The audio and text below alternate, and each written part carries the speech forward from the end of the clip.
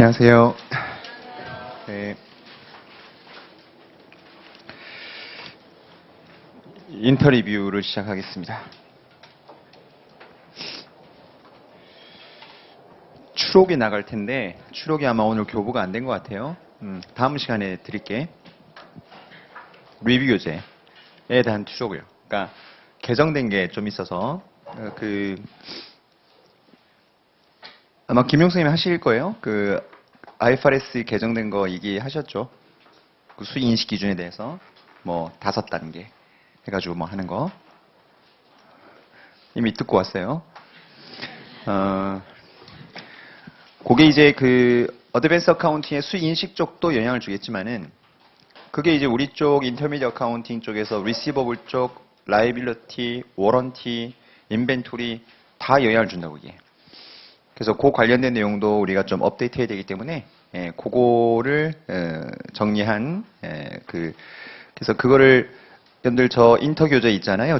우리 수업 시간에 했던 부교재. 그 부교재 추록으로 냈어요. 그 페이지에서 어디를 삽입하고 어디를 바꾸라고 이렇게 그렇게 추록을 만들었으니까 근데 뭐 굳이 뭐 부교재 안 고치고 그냥 그거 봐도 문제 다 있고 뭐 다 있으니까 내용이 그거로 제가 진행하면서 어떤 게 바뀐 건지 언급을 좀 해드릴게요. 아마 어드밴스 강의 들었던 거하고 좀 중복도 될 거예요. 근데 뭐 한 번 듣는다고 여러분들 다 이해하는 건 아니니까 여러 번 듣는 게 더 좋은 거니까 그 문제 풀어드린 것보다 제가 조금 더 문제 더 있는 것 같더라고. 그래서 그거까지 보완해서 강의를 하도록 하겠습니다. 그게 이제 개정이 돼서 들으셨겠지만 IFRS 15이라고 심해서 얘기하는데 지금 저희도 한참 이제 우리나라 기업들도 컨설팅을 하고 있어요. 그러니까 전 세계적으로 처음 도입되는 회계 기준이거든요.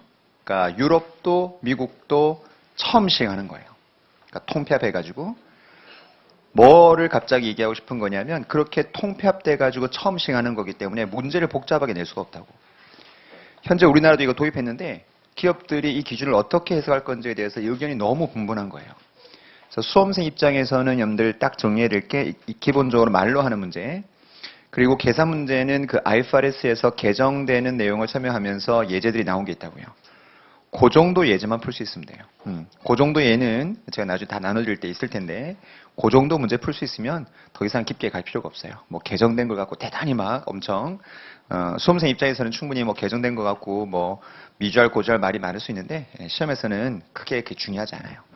개정된 걸 갖고 막 심도 있게 펑 내고 이렇게 낸 적이 미국 CPA 시험은 없기 때문에 일단 기본적인 내용들 충실하게 정리하면 크게 무리가 없을 거라고 생각이 됩니다.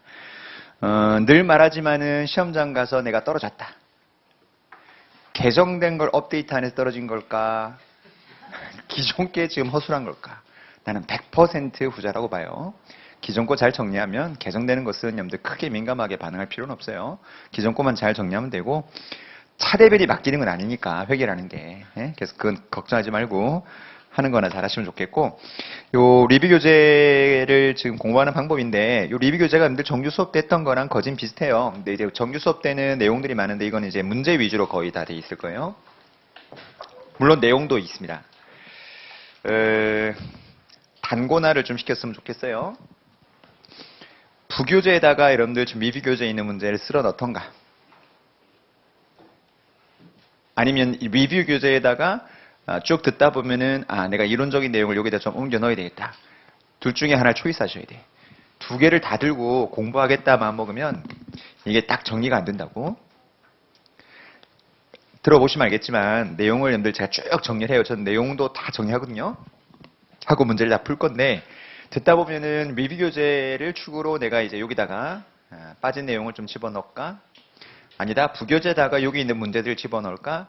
뭐가 더 효율적일 것인지는 여러분들이 들어보시면 판단이 설 거예요. 그래서 둘 중에 하나를 초이스해서 어쨌든 말하고 싶은 건 뭐냐면 파이낸셜 어카운팅은 서브노트에 있어야 돼요. 뭔가 정리가 돼 있어야 여러분들 시험장 가서 한번 그 전날 쭉 보지. 이게 이제 퍼져 있으면 안 돼. 퍼져 있으면. 그러니까 여러분들 시험 치기 전날 인터부터 non-for profit까지 쭉 한번 정리하고 들어가야 될 텐데 어드밴스 교재 따로 있고 리뷰 교재 따로 있고 백커 따로 있고 또 인터뷰 교재 따로 있고 리뷰 있고 non-for 교재 있고 막 흩어져 있으면 그 전날 거기 1회독이 잘 안 돼요. 그래서 자기가 시험장 가기 전날 한번 내가 쭉 보겠다 라고 하는 그 상황의 어떤 그 서머리가 좀 돼 있어야 시험장 갔을 때 전체적인 내용을 한번 본 상태에서 시험을 칠 수가 있겠죠. 그래서 그렇게 여러분들 하는 작업을 뭐 다른 뭐 교재 해도 되고 여기 해도 되고 여러분들 보시고 좀 선택을 하시면 될 텐데, 방법론에 대한 것은 제가 관여할 바는 아닌데 중요한 것은 어쨌든 여러분들 좀 썸머리가 됐으면 좋겠다라는 걸 말씀을 좀 드리면 좋겠고, 요 교재에 이제 시뮬레이션 문제도 연습을 하기 위해서 좀 심어놨지만은 DRS 문제 같은 것을 실기에는 여러분들 지금 이게 좀 제한이 되기 때문에 일단 내용 정리 다 하고 시간 봐서 시뮬레이션 문제하고 DRS 문제는 베커에서 우리가 정규 때 수업 시간에 많이 풀긴 풀었는데 다시 베커에 있는 문제하고 그 시뮬레이션 문제하고 기출 문제하고 묶어가지고 문제풀이만 또 한 번 정도는 해야 될 거예요. 그래서 우리가 지금 제가 강의가 몇 번 잡혔나 봤더니 7번인가 잡힌 것 같은데 한 번 정도는 더 할 수 있어요. 한 번 정도는 미니멈 까야 될 것 같고, 혹시 문제 풀다가 내 마음에 충분히 못 풀어졌다 판단하면 한 번 더 갈 수도 있어요. 근데 그거는 그때 보고 판단할게요. 보강하는데 뭐 기분이 별로 안 좋아 보인다. 그리고 뭐 보강했는데 거의 안 온다. 아니면 문제를 좀 풀어라고 했는데 안 풀어온다. 그럼 내가 보강해주는 의미가 없죠. 그럼 안 하고, 많은 분들이 적극적인 참여해줘서 여러와 같은 성원을 보내주면 보강을 한 번 더 해서 문제풀이를 더 할 거고, 아니면은 그냥 알아서 푸시라고 하고 넘어갈 수도 있으니까, 어쨌든 일단 수업은 리뷰 교재로 쭉 한번 내용 정리하고 문제 쭉 풀고, 그거는 그때 봐서 정리하죠. 아마 여러분들 그 밑에 가보시면 릴리스 퀘스천이라고 여러분들 혹시 팔거든요. 그러니까 파이낸셜 어카운팅 최근 기출문제 작년도 거까지 반영된 13, 15, 16, 17, 13, 15, 13, 14, 15, 16, 17 5개년도 릴리스 퀘스천만 딱 모아놓은 여러분들 아마 교재 팔걸요? 그죠? 그거는 한번 사서 보는 것도 괜찮아요. 가장 최근 5개년도 기출문제 한번 풀어보고 하는 거니까. 그러면 한 해년도가 50문제면 5개년도만 해도 250문제라고. 그럼 그거를 이제 모의고사 푸는 셈 치고 시험장 가기 전에 한 번씩 한 해년도씩 풀어보는 것도 나쁘지 않고요. 파이낸셜 어카운팅 기출문제 나왔던 것들이 거진 또 반복해서 많이 나와요. 문제가 좀 숫자 바뀌고 내용이 좀 바뀌는 거지 전체적인 흐름은 비슷하게 많이 나오기 때문에 어카운팅 문제를 많이 풀어보셔야 돼. 오디팅하고 좀 다른 거라고. 오디팅은 내용 정리가 훨씬 더 중요할 수 있는데, 파이낸셜 어카운팅은 내용보다는 내용을 이해한 다음에 문제를 많이 풀어봐야 내용도 더 쉽게 이해되고, 그 다음에 자기가 어디가 많이 틀린지 알 수도 있고, 또 문제 푸는 여러분들 속도도 빨라지고. 그러니까 속도가 여러분들 되게 중요해졌어요. 옛날에 제가 여러분들 그 미국 CPA 시험 강의할 때는 속도에 대한 것은 걱정하지 말라고 했거든요. 충분한 시간이 된다. 근데 이제 DRS가 들어오면서 이제 속도의 문제가 굉장히 중요한 포인트가 된 것 같아요. 학생분들이 늘 말하는 거지만 내가 정규 때 얘기했지만 문제는 어렵지 않다. 그런데 문제가 어떤 문제인지 파악하는데 시간이 많이 걸린다. 이게 거의 모든 공통적인 피드백이에요. 문제 양이 많으니까 읽어보고 템플릿 열어보고 주어진 재문제표 읽어보고 나중에 다 파악해보니까 별거 아니더라는 거지. 근데 거기까지의 결론을 맺기까지가 시간이 너무 많이 걸린다는 거예요. 그러니까 그런 문제가 한 두세 개 턱턱 떠버리니까 이게 시간이 많이 걸려버리는 거죠. 학생들이. 그러니까 이제 멀티플을 풀 때 시간을 굉장히 단축을 많이 하셔야 돼. 멀티를 좀 빨리 풀어서 실수 없이 그 시간을 좀 많이 세이브 해놔야 뒤에 우리가 시뮬레이션 문제 풀 때 한 2시간 정도 이상, 한 2시간 반 정도를 확보하는 게 맞는 것 같아요. 지금 분위기가 4시간 시험인데 멀티가 양이 많지 않으니까 멀티는 1시간 남짓으로 거의 끝내는 거로 속도를 좀 여러분들 맞춰주고, 시뮬레이션 문제에서 한 2시간 반 이상 시간을 확보해야 그나마 저스트로 되는 것 같아요. 피드백 자체가 문제가 좀 길다라는 거지. 그래서 여러분들 멀티는 속도 싸움이에요. 알겠죠? 실수를 좀 최소화하면서 속도 싸움이고, 시뮬레이션은 충분히 시간을 써서 여러분들이 문제를 파악할 수 있는 그 룸을 만들어내는 게 되게 중요한 것 같더라고. 말 들어보니까 문제 난이도가 어려운 게 아니고 문제 파악이 시간이 많이 걸린다니까. 그래서 그렇게 여러분들 좀 조정하시면서 하시면 될 것 같고, 속도는 여러분들 가만히 있다라고 내가 빨리 해야지라고 풀리지 않는 건 아시죠? 많이 풀어보셔야 된다고 그래서. 그래서 문제를 여러분들 베커에 이제 내용 정리가 좀 되신 분들은 베커에 들어가서 소프트웨어에 들어가서 문제 푸는 여러분들 적응을 좀 하셔야 된다고. 화면상에서 푸는 연습을. 요렇게 푸는 거하고 느낌이 틀리니까. 화면 넘기고 또 넘기고 해가지고 빨리빨리 푸는 연습을 좀 적응이 되면 해보는 것도 여러분들 나쁘지 아니고 그렇게 하셔야 돼. 그거는 좀 감안하셔서 뭐 어차피 여러분들 뭐 공부 다 잘하시니까 알아서 잘 하겠지만 걱정이 돼서 말씀드린 거고요. 자, 갈게요. 우리 수업 바로 갑니다. 인벤토리부터 갈게요. 오늘은 여러분들 제가 미리 얘기를 못했기 때문에 인벤토리가 나가지만은 여러분 뒤에서부터 리뷰할 거예요. 여러분이 인벤토리 강해. 오늘 수업해보면 인벤토리 다 잘한다고. 그땐 열심히 할 때거든. 가면 갈수록 뭐다 약해져 이게. 그래서 다음 시간에 리뷰는 여러분들 리스 할 거예요. 그 다음에 본드 할 거고. 우리 인터미디어 어카운팅 챕터 거꾸로 갈 거예요 이게. 알겠죠? 그렇게 해야 여러분들이 뭐다 공부를 좀 하지. 항상 가다가 또 뒤에 가면 흐지부지 된다고 이게.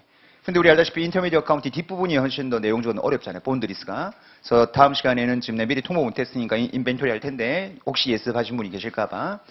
지금 뭐 리스트에도 크게 무리는 없을 것 같긴 한데 예습 배운 사람이 없어서. 그래서 오늘은 처음이니까 인벤토리 할 텐데 인벤토리 끝나고 나면 그 다음 챕터는 리스트로 갈 거예요. 거꾸로 쭉 할 거니까 예습을 조금 해오시는 것도 좋아요. 리뷰는 우리 빨리빨리 내용 안다는 전제에서 막 할 거기 때문에. 됐죠? 자, 인벤토리 갈게요.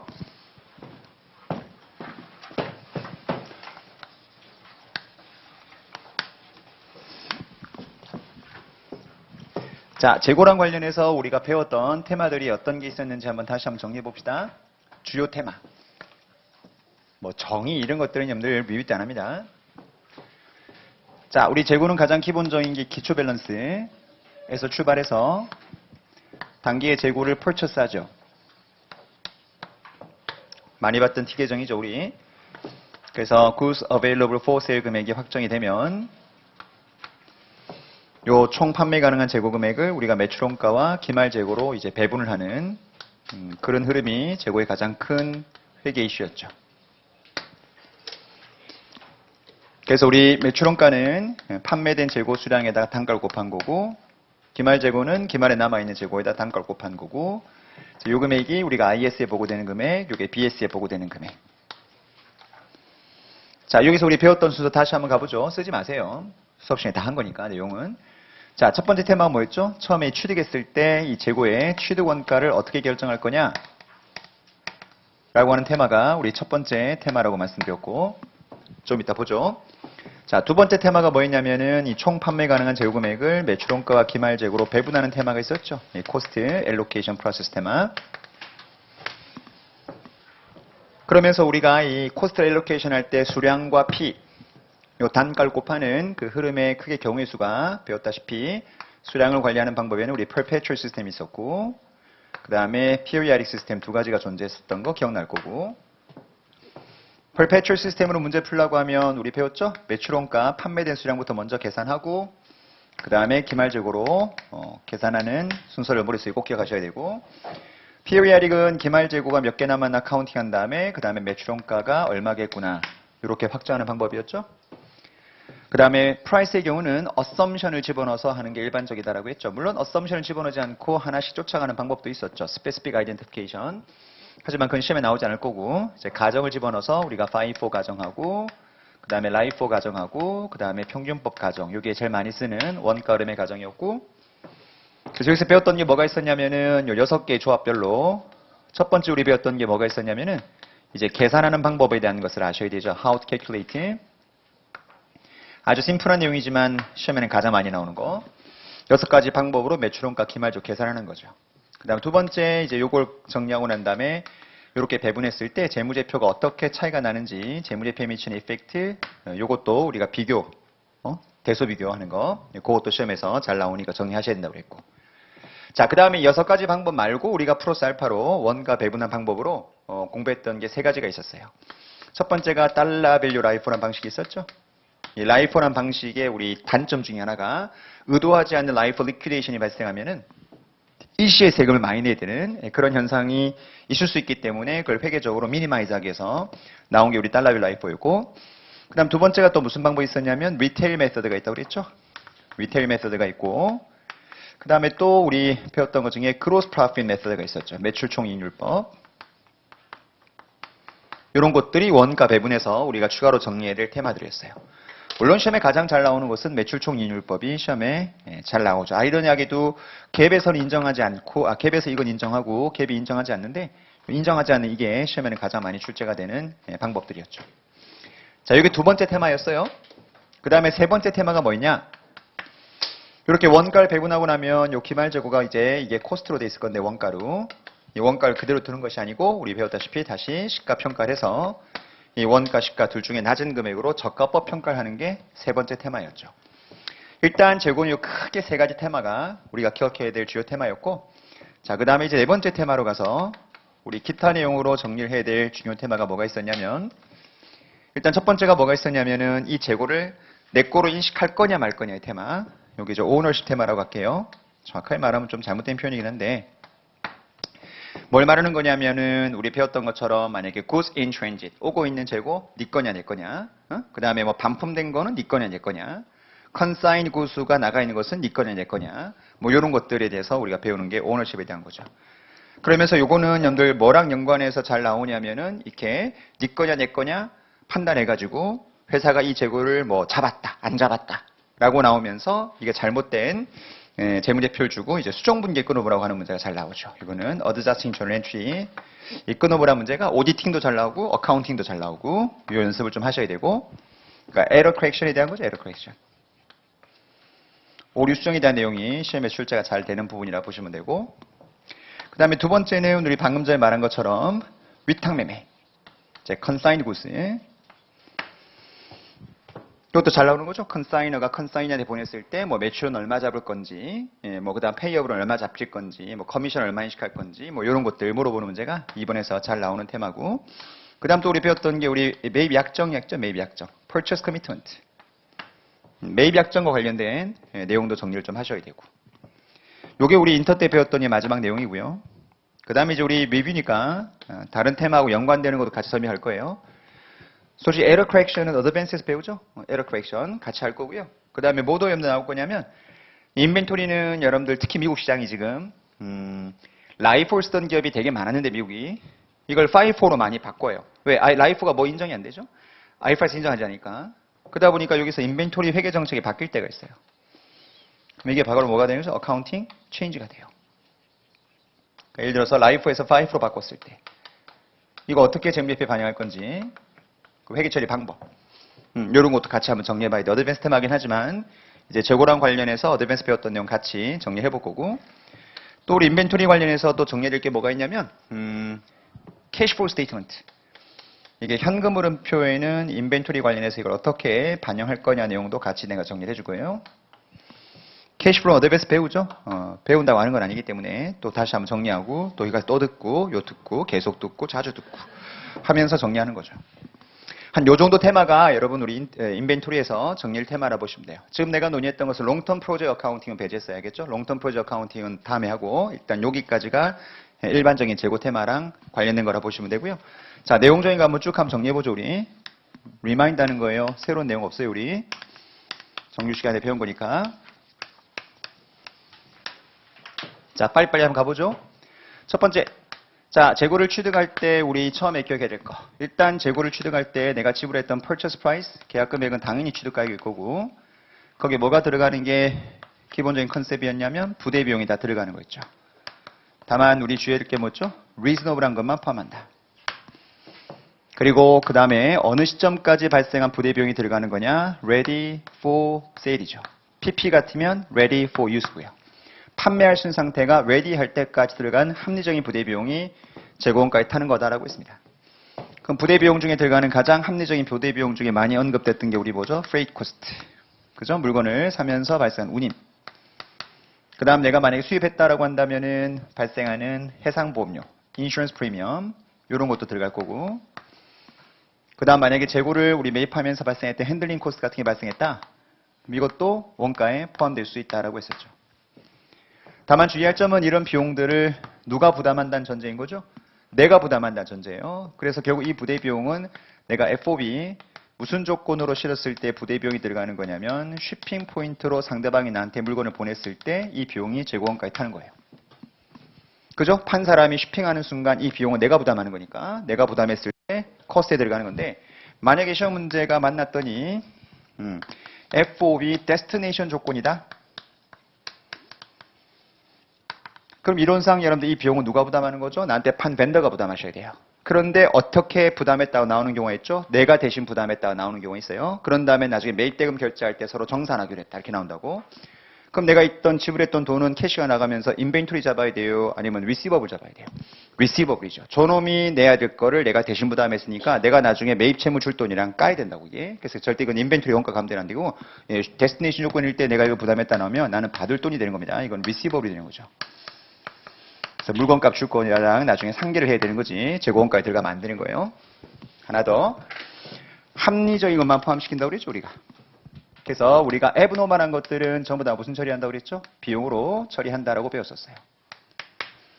그럼 애브노멀한 거로 우리가 언급됐었던 게 뭐가 있냐면 뭐 excessive란 말이 나온다라든지 그 다음에 뭐 더블 프레이트 코스트라든지 이중으로 들어간 거죠. 핸들링 코스트, 리핸들링 코스트 이런 것들은 다 비용 처리입니다. 뭐 idle facility expense라든지 이런 단어가 들어가면 애브노멀한 거니까 비용 떨라는 의미로 문제가 주어졌다라고 이해하시면 돼요. 참고로 freight cost라고 했을 때 내가 물건 매입할 때 freight cost니까 이건 freight in을 말하는 겁니다. 반대로 내가 물건을 팔 때 발생하는 freight out cost는 우리 배웠다시피 이건 재고원가가 아니고 당연히 뭐로 떨려야 되죠? selling expense로 들어간다는 것은 너무나 상식적인 내용이고요.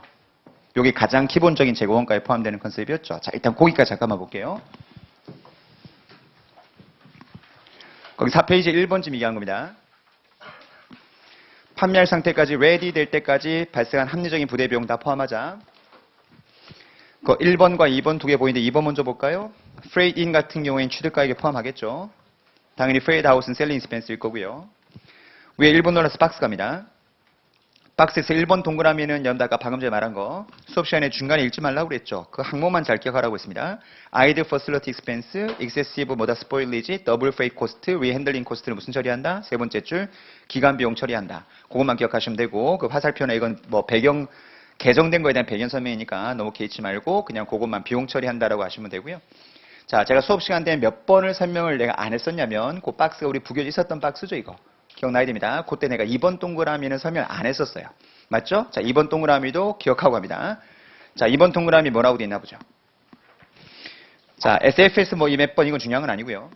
뒤에 자, Fixed Production Overhead 줄 쳐보세요. Fixed Production Overhead.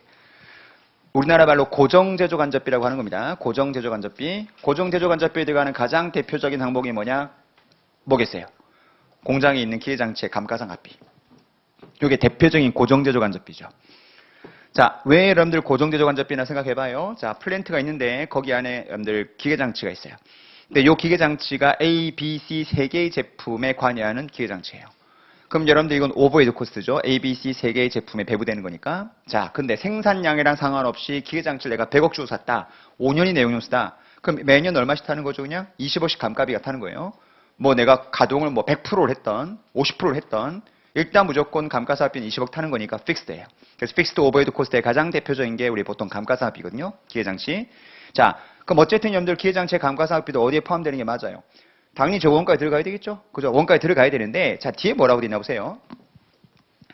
자, should be based on 해놓고 뭐라고 되어 있습니까? normal capacity of production facility라고 되어 있죠. 제일 중요한 말이 normal capacity예요. 정상 조업도에 근거해서 배분한다라고 되어 있습니다. normal capacity, 정상 조업도에 따라서 배분한다라고 되어 있어요. 자, 이게 무슨 말인지 간단한 예를 한번 들어볼게요. 그러니까 결론은 뭐냐면, fixed overhead cost를 재고원가에 배분할 때는 정상 조업도인 normal capacity 기준으로 배분한다. 요걸 알고 계셔야 돼. 이게 무슨 말인지 간단한 내가 예를 들어줄게요. 칠판 보세요. 자, 이 회사가 고정제조간접비가 여러분들 얼마 발생했냐 봤더니 1000불이에요. 지금 감가비가 올해. 이거는 생산량하고 상관없이 조업도하고 상관없이 무조건 픽스로 이만큼이 발생한다 그거예요. 근데 봐봐요. 케이스 1.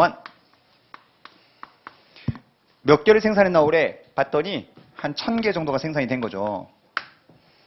그럼 여러분들 하나당 여러분들 얼마가 배부되면 되겠어요? 한 개당 1불이 배분되겠죠. 하나당 한 개당 1불이 배부되면 되는 거예요. 이게. 됐죠? 근데 올해 조업도가 너무 떨어져가지고 생산을 몇 개밖에 못했냐면 100개밖에 못한 거예요.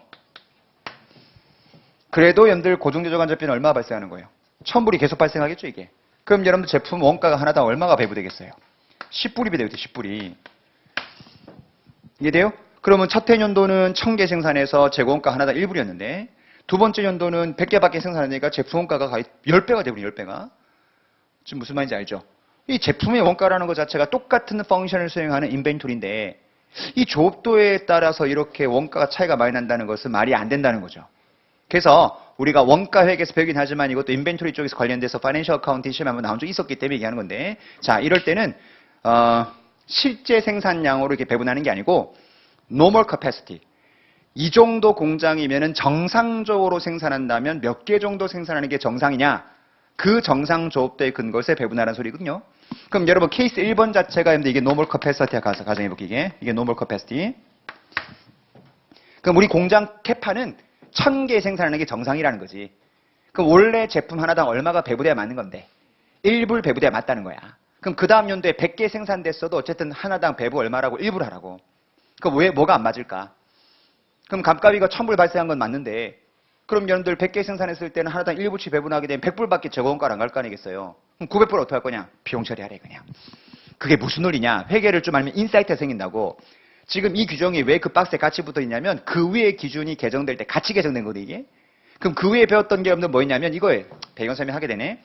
원래 미국 회계 기준요. 재고 같은 걸 매입할 때 발생했던 모든 부대 비용을 원가에 다 포함시키라고 했었다고.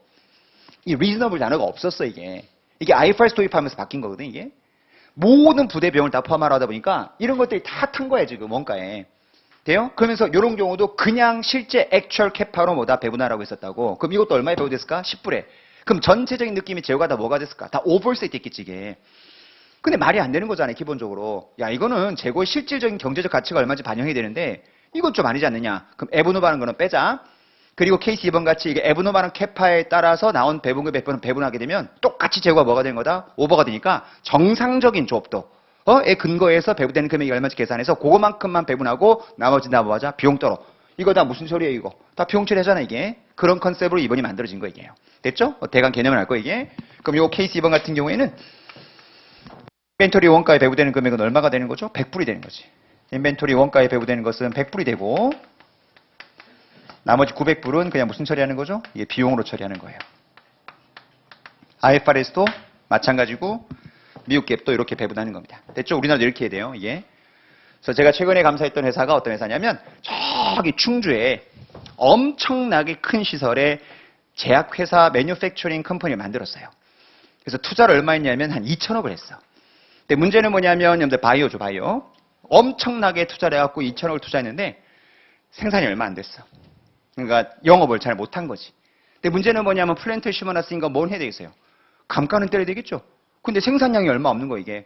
그러다 보니까 여러분들 제품 하나하나 배분된 걸 액츄얼 뭐다 뭐 생산량 갖고 배분하다 보니까 재고 하나하나가 거의 무슨 뭐 다 수천만 원이야. 이 말이 안 되는 거지 이게. 그 과연 이게 원가 수천만 원이냐? 이건 아니거든. 근데 이제 그 회계 담당자가 그렇게 배분해 놓은 거예요. 케이스 2번처럼. 그러니까 자기 대놓고 이상한 거 이게. 이게 왜 이렇게 높지? 당연히 감가비가 많이 탔으니까. 가서 이제 감사 갔을 때 처음 감사인데 이런 경우는 정상 조업도가 얼마인지를 기준으로 배분하게 돼 있고 나머지 금액은 다 비용 처리하셔야 됩니다라고 해서 다 비용으로 떨었던 게 최근에 익숙해 있었거든요. 이게 다 이 테마 알아보시면 돼요. 이게 실제. 거기 2번 동그라미 나와 있는 그 표현이 되고요. 됐죠? 오케이. 2번 내려갑니다. 2번 했고 자 3번 가죠. 자 3번은 여러분들 저기 2번 쓸게요. 자 interest입니다. interest는 우리 나눠서 여러분들 정리해야 되죠. 자, 재고랑 관련해서 재고를 매입하거나 제작할 때 재고 이자가 발생했다. 차입금을 빌려서 그 차입금에서 이자 발생했다. 그럼 재고 원가에 포함시킵니까? 안 시킵니까? 물어보면 어떻게 답해야 돼요? 나눠야 되죠. 그 재고의 성격을 어떻게 나누셔야 돼? 그냥 루틴하게 만들어지는 일반적인 재고. 그러니까 시험 문제 만났을 때 특별한 말 없이 재고 나오면 이 재고예요. 루틴하게 만들어진 재고. 자, 이 경우는 이자 비용 어떻게 처리하죠? 원가에 포함시키면 안 되죠. 익스펜스로 그냥 처리한다라고 했습니다. 원가에 포함시키면 안 되고 그 이유가 뭐라고 배웠죠? 코스트 베네핏이다라고 우리 배웠었고 재고 어차피 만들어졌다 바로 팔려나가기 때문에 캐피탈라이즈 하는 게 실익이 없다 였었죠. 근데 재고 중에서 여러분들 어떤 재고 있었죠? 아예 별도의 프로젝트로 만들어진 재고 우리 produced as discrete project라고 배웠었죠? 별도의 프로젝트로 만들어지는 재고. 여기에 들어가는 가장 대표적인 예가 뭐가 있었죠? 뭐 선박을 만든다라든지 비행기를 만든다라든지 부동산 개발회사 같은 경우에 부동산 같은 거 이런 것들이 별도로 만들어지는 재고거든요. 이런 경우는 뭐 하는 게 맞죠? 이 경우는 캐피탈라이즈 하자. 그러니까 시험 문제 보고 판단하셔야 돼요. 이건 당연히 매칭 때문에 이렇게 하는 거죠. 수익 비용 대응시키기 위해서. 리뷰는 이해되세요? 이런 말 안 해요. 물론 하겠죠 내가. 근데 여러분들 그게 뭐다 진작에 물어보는 건 아니에요. 입에 그냥 익숙해서 물어보는 거지. 리뷰 때는 그냥 막 나갑니다. 알아서 복습하셔야 돼. 리뷰 때 뭐 이거 모르면 또 설명해주고 이거 안 된다고. 그럼 여러분들 보강 우리 3번 더 해야 된다고. 그렇게 할 수는 없으니까 여러분들 알아서 복습하셔야 돼요. 그래서 왼쪽 밑에 이자 비용 자본화 쪽에 왼쪽은 그 내용 쭉 써놓은 거니까 한번 정리해서 보시면 되고 오른쪽 갑니다. 디스카운트. 자, 물건 매입하는 쪽이니까 우리 뭐다 purchase discount겠죠? 뭐 캐시 디스카운트라고도 하고 다 배웠던 내용. 자, 거기 말로 되어 있는데 핵심 포인트만 잡아보죠. 여러분, 회계 처리 방법 몇 가지가 있었죠? 2가지가 있었지. 그래서 우리 gross method가 있었고, 그 다음에 net method가 있었던 거 기억날 거고. 그래서 만약 디스카운트를 빨리 갚으면 우리가 한 5% 받을 수 있다. 그 다음 매입 때 단가가 만약 1000불이다. 그럼 총회법 같은 경우는 어떻게 하죠? 우리 purchase 또는 inventory purchase라고 할까 먼저? purchase 1000불. 그 다음에 account payable 1000불. 근데 순회법의 경우는 purchase 1000불. 이 아니가 5% 디스카운트하고 난 금액이 950.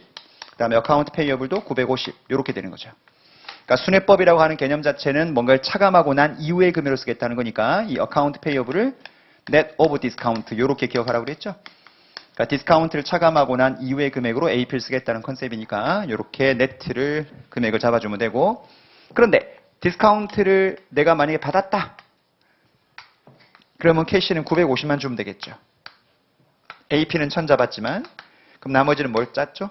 purchase 디스카운트에서 50을 축이죠. 그럼 재고원가는 1000이 아니고 얼마 되는 거다? 50을 깠으니까 950이 되는 거지. 순회법 AP 950 그대로 죽여주고 캐시 얼마 나갔죠? 950 이렇게 나가는 거기 때문에 수업 시간에도 말했지만은 처음 출발할 때 총회법, 순회법 출발하는 금액은 차이가 나지만 내가 만약에 디스카운트를 받아버리면은 재고원가는 둘 다 얼마 되는 거죠? 950이 되는 거예요. 차이가 없어지는 겁니다. 근데 어디에서 차이가 난다고 그랬죠? 디스카운트를 안 받았을 때 not taken이라는 표현이 있었죠. 안 받았을 때 차이가 나는 것이다 라고 했습니다. 총회법, 순회법의 차이는 본질적 차이가. 자, 총회법 경우에는 안 받으면 AP가 1000이 떨리면서 캐시가 1000이 그대로 나가는 거죠. 그러면 안 받게 되면은 여러분들 캐시 1000만큼이 다 재고원가가 되는 겁니다. 그럼 디스카운트 안 받은 50만큼은 전부 재고원가에 타는 거죠. 근데 순회법의 경우에는 기본적으로 캐시가 1000이 나가면 AP를 950 잡아놨었고 나머지 50만큼은 한 달치 이자로 와서 인트레스트 비용으로 떠는 게 기본 컨셉이었죠. 결국 순회법의 경우는 디스카운트를 받지 않은 금액이 뭐로 탄다고요? 이자로 타는 거죠. 그런데 총회법의 경우는 재고원가에 다 타 있는 겁니다. 그래서 디스카운트 not taken 된 금액이 총회법의 경우에는 재고 인벤토리 원가에 면하지만 얘는 들어가는 거고 얘는 인벤토리 원가에 들어가지 않는다라는 결론을 반드시 기억하셔야 되고 얘는 이자로 처리된다는 것을 기억하시면 돼요. 그 다음 또 하나 시험 문제 만났을 때 이건 current liability에 다시 나옵니다만은 한번 다시 한번 복습해보면 만약 회사가 총회법으로 회계 처리했어요. 총회법으로 회계 처리했더니 12월 말일자 AP가 지금 얼마가 돼 있다고 나오면 AP가 만약에 연말자가 3천이었다. 그런데 회사가 이거를 만약에 순회법으로 회계 처리했었더라면 AP가 얼마가 됐을까? 이런 문제가 있다고 이 기출문제. 총회법으로 회계 처리했었는데 회사가 순회법으로 바꾼다면 AP가 연말에 얼마 남아 있을까? 이렇게 문제 나온 적이 있단 말이에요. 그럼 여러분들 뭐가 여러분들 언급돼줘야 되냐 문제 풀기 위해서 이 AP는 총회로 돼 있는 거잖아요.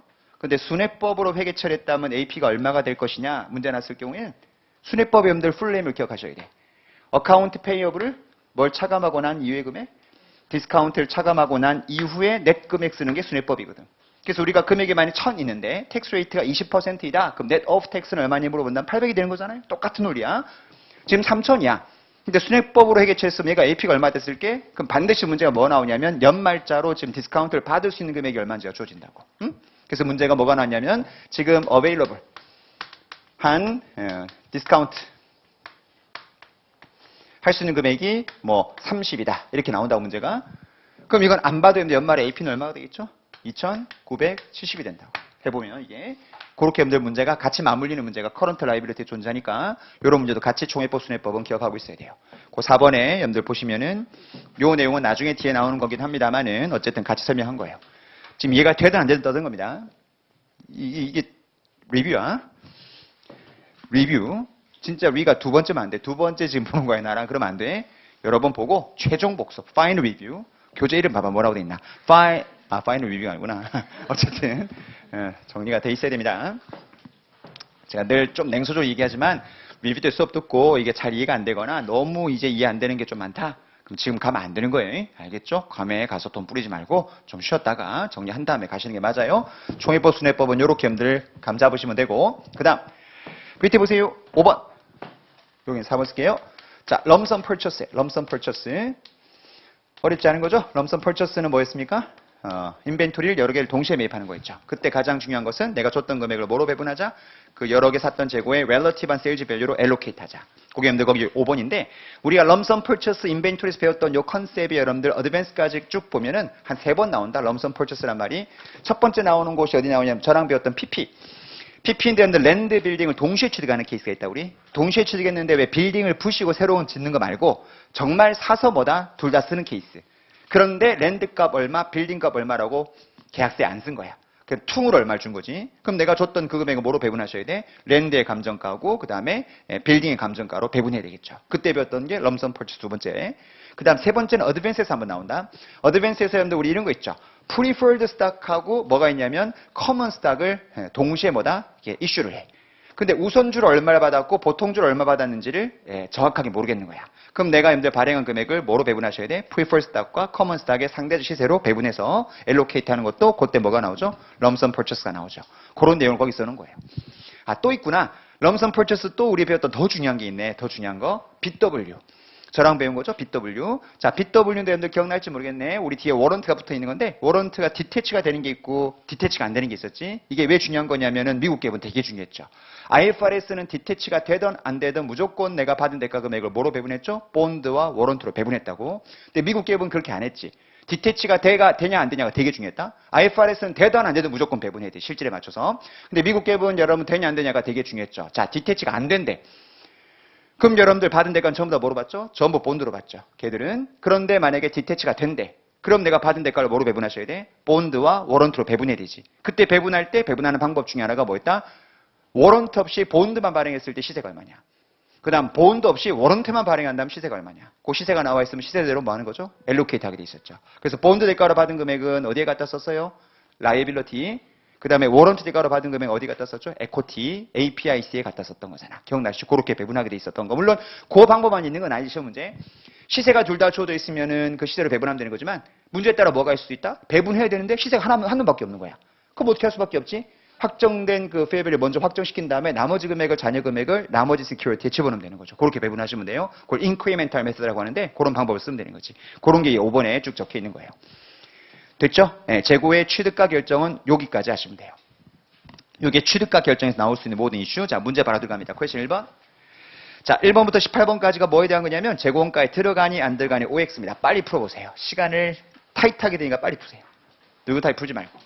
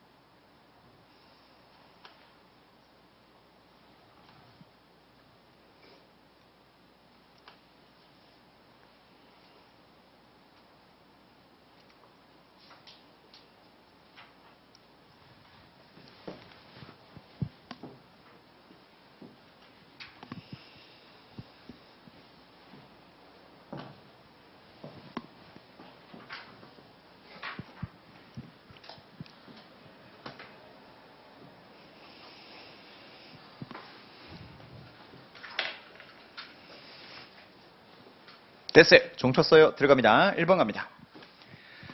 자, purchase price는 당연히 원가에 들어가야 되겠죠? 예, 판매하는 상태까지 만들기 위해 들어갔던 취득가 당연히 원가고요. 두 번째, manufacturing overhead cost 특별한 말 없으면 원가겠죠. 우리가 제품 원가에는 직접 재료비, 직접 인건비, 그 다음에 제조간접비 다 원가에 들어가는 게 원칙이니까 2번은 당연히 원가고요.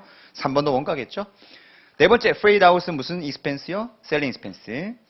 그 다음 5번은 여러분들 좀 애매할 수 있어요. 5번은 문제 내놓고 좀 애매하긴 한데 봐요. 커스터머한테 쇼핑하기 위해서 패키징 했다고 돼 있거든. 응? 봐봐 여러분. 어떤 물건이 이렇게 있는데 요 물건이 여러분들 우리가 보통 물건 살 때 이렇게 패키징 이미 되어 있는 물건이 있죠. 그러면 여러분들 이 제품의 원가는 뭐까지 포함하는 게 맞게? 그 패키징 코스트까지 다 원가에 들어가는 거예요. 그거대로 파는 거니까. 근데 이 문제 포인트는 뭐냐면 원래 패키징하는 물건이 아닌데 물건을 수출하기 위해서 내가 뭐 했다는 거죠? 패킹을 싸는 거예요, 지금 이게. 이건 여러분들 판매하기 위해서 발생하는 부대 비용이에요. 그래서 뭐로 본다 이건? 셀링 익스펜스입니다. 원가에 들어가지 않는 거예요. 실제 문제 나왔던 건데 이건 셀링 익스펜스였어요. 일단 레디 포 세일이 아니고 그 이후에 물건을 판매하기 위해서 부쇼로 들어간 비용이니까 이건 뭐다? 셀링 익스펜스로 처리하는 것으로 그렇게 보시면 되고요. 6번 갑니다. 디스카운트를 받지 않았대 not taken. 무슨 법일 때? 순회법일 때. 순회법일 때 디스카운트 받지 않은 금액은 뭐로 떨리죠? interest expense겠죠. 재고원가 아닙니다. X겠죠. 7번. 자, 이자 비용이 발생했는데 뭐라고 되냐 보세요. 인벤토리 루틴하게 만들어진 재고인데 이자 비용 발생했다고 돼 있어요. 무슨 비용이죠? expense겠죠. 아까 말했지만은 이건 이자 비용 자본하지 않습니다. 8번. 디스카운트 받지 않은 금액인데 총회법이래요. 총회법일 땐 당연히 원가에 포함시키는 게 맞겠죠. 9번 갑니다. 자, 이자 비용 발생했는데, 자, 표현이 뭐라고 돼 있죠? produced at discrete project 말 나오면 이건 재원가에 포함시키라는 거죠. 매칭 때문에 이건 capitalize 하는 게 원칙이라고 했었죠. 10번 위가 들어가네. 11번 abnormal, 12번 더블 다 뭐죠? 그냥 expense예요. abnormal한 거니까. 13번 direct labor cost는 원가겠죠? 14번 idle 들어가니까 이건 expense. 15번 freight in cost는 원가에 들어가는 게 맞겠죠? 자, 그 다음에 16번 consignment 명목으로 나가 있는 재고래요. 다른 스토어에 있대요. 하지만 안 팔리면 누구 거죠? 이거 내 거죠? 그럼 이 내 재고가에 들어가야지, 이거는. 당연히, 그죠? 타체 보관된 재고, 컨사이니한테 나가 있는 재고인데, 미안하지만 이거는 안 팔리게 되면 여전히 내 거죠, 이건. 그죠? 원가에 들어가야 되고요. 17번. 제품 판매하기 위해서 뭐가 들어갔다고 돼 있죠? 광고를 했대, 광고. 우리 광고 선전비는 뭐로 들어가는 거죠? 셀링 스펜스입니다. 판매를 위해서 들어가는 거니까 이건 셀링 스펜스가 되겠죠. 18번 갑니다. FOB 쇼핑 포인트로 물건 사는데 오고 있대요. 쇼핑 포인트로 내가 샀죠? 오고 있대. 그럼 뭐가 되는 거죠? 내 거죠. 오고 있으니까 쇼핑 포인트 쇼핑하는 순간 내게 되는 거니까 재고가에 포함되는 게 맞는 거고요. 그 정도 풀 수 있으면 돼요. 넘기세요. 2번 빨리 풉니다.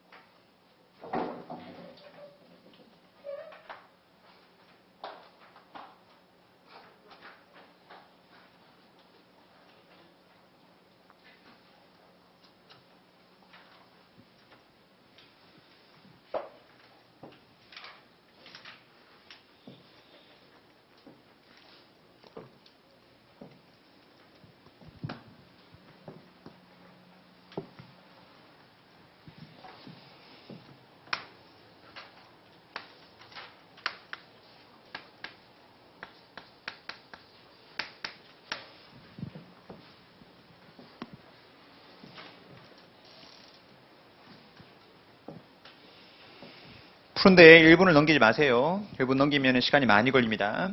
자, 갑니다. 처음 사업을 시작했다라고 문장 첫 번째 보이죠? 그럼 뭐가 없다는 의미가 담겨 있나요? 기초재고 없다는 소리예요. 올해 처음 사업 시작했으니까. 그 다음 뭐 물건을 사서 바로 뭐다 뭐 수출하는 그런 구조 같아요. 뉴욕을 기점으로 해서. 자, purchase한 게 얼마라고 돼 있죠? 24만이래요. 기말재고 얼마라고 돼 있냐면 지금 6만이라고 돼 있죠, 이게. 그럼 중간에 나오는 shipping cost from Norway하고 shipping cost to export sales to customer가 없다라 가정하면 매출원가는 얼마예요? 18만인 거죠? 그죠? 이런 문제가 아주 심플해지는데 거기 이제 뭐가 들어가 있냐면 shipping cost가 들어가 있단 말이지. 첫 번째 shipping cost는 노르웨이에서 내가 수입할 때 발생한 염도 shipping cost래. 그럼 뭐가 되는 거죠? 이게 freight in으로 바꾸면 되는 거죠. 문제를.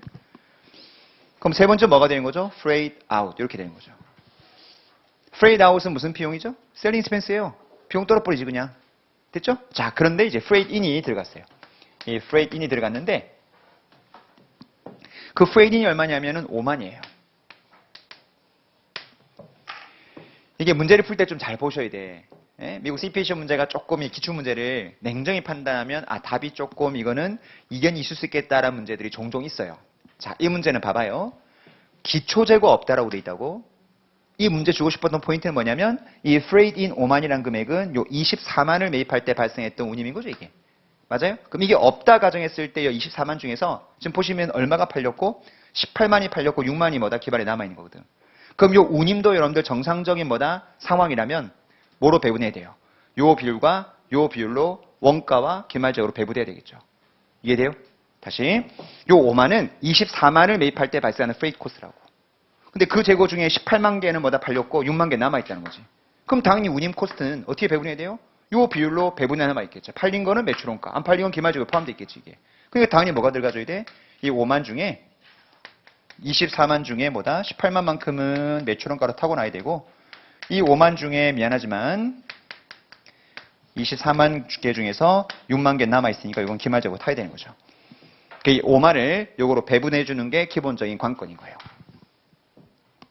만약에 이런 개념이 없이 풀었다라고 한다면 여러분들이 오답으로 풀었을 개연성 어떻게 할 거냐? 24만 집어넣고 5만 집어넣고 기계적으로 뭐다? 기말재고 6만이니 요 두 개에서 이거 빼버려 가지고 나머지가 매출원가. 요게 여러분들 많이 틀리는 방법 중에 하나죠. 됐어요? 근데 그게 꼭 틀렸다고 볼 수는 없는 것이 요 5만이 언제 재고 쪽에 해당되는 프레이트 코스트인지가 명확하게 나와 있지 않은 게 이 문제 이게 맹점인 거예요. 만약 이 5만이 실제 요 18만을 매입하면서 발생했던 다 운임이었다라고 한다면 당연히 뭐다? 다 매출원가 빠져나갈 수도 있는 거지 이게. 이해되고 근데 이 문제는 기초재고 없다고 돼 있으니까 상식적으로 가장 합리적인 방법으로 푸셔야 된다고. 24만인데 이만큼은 팔렸고 이만큼 남아있다고 하니 운임도 그 비율로 배분하는 게 가장 합리적인 리즈닝인 거죠 이게. 근데 여러분 우리 베커에 다른 문제를 풀다 봐봐. 다른 문제 풀 때 이런 비슷한 문제가 있어. 기초재고 얼마다, purchase 얼마다, 디스카운트 얼마 받았다, freight in 얼마다, freight out 얼마다, 기말재고 얼마다, 매출원가 얼마게 이런 문제 있다. 근데 그런 문제는 또 베커에 있는 문제 풀어보시면 어떻게 하냐면 그냥 freight in 다 더한 다음에 기말재고 줘준 거 탁 빼고 나머지 다 매출원가 집어넣었다고. 베커에 있는 문제 보시면 일부 문제는. 그럼 그거는 이거 푸는 거랑 좀 논리가 다르죠 이게. 왜 그런 거냐면 그런 거기 나와 있는 문제는 기초재고가 있는 거야. 그럼 기초재고가 있고 단기 매입분이 있을 때 이게 여러분들 이게 언제적 프레이트 코스트 이게 팔려나간 게 기초가 팔렸는지 단기 매입분이 팔렸는지 뭐가 나와 있지 않아 버리면 이 운임을 다 매출원가 어떨 건지 아니면 배분할 건지가 너무 애매해지고 또 배분하려고 해도 배분할 수 있는 방법이 없어. 기초재고가 주어져 있으면은 문제상에서 항상 문제를 풀 때는 가장 그 문제에서 풀 수 있는 방법을 풀어야 되거든요. 그러니까 기초가 주어지면서 뭔가 프레이트 나오면 그냥 T계정 집어넣어서 대차 맞춰갖고 안 맞는 금액 매출원가 이렇게 구하는 게 일반적인 베커의 기출문제고 요 나왔던 기출문제는 기초가 없다고 돼 있으니까 그럼 단기 매입한 게 24만인데 팔린 게 18만이고 기말재 6만이면 그거로 배분하는 게 가장 합리적인 논리 유출일 거니까 그렇게 풀었다 보시면 되는 거죠 이게. 문제 비교할 때 잘 이해하셔야 돼요. 무슨 말인지 모르면 다시 한번 돌려봐 여러분. 공부 다 하고 난 다음에 무슨 말인지 깜짝깜짝 놀랄 겁니다. 퀘스천 3번 보세요. 풀어보세요.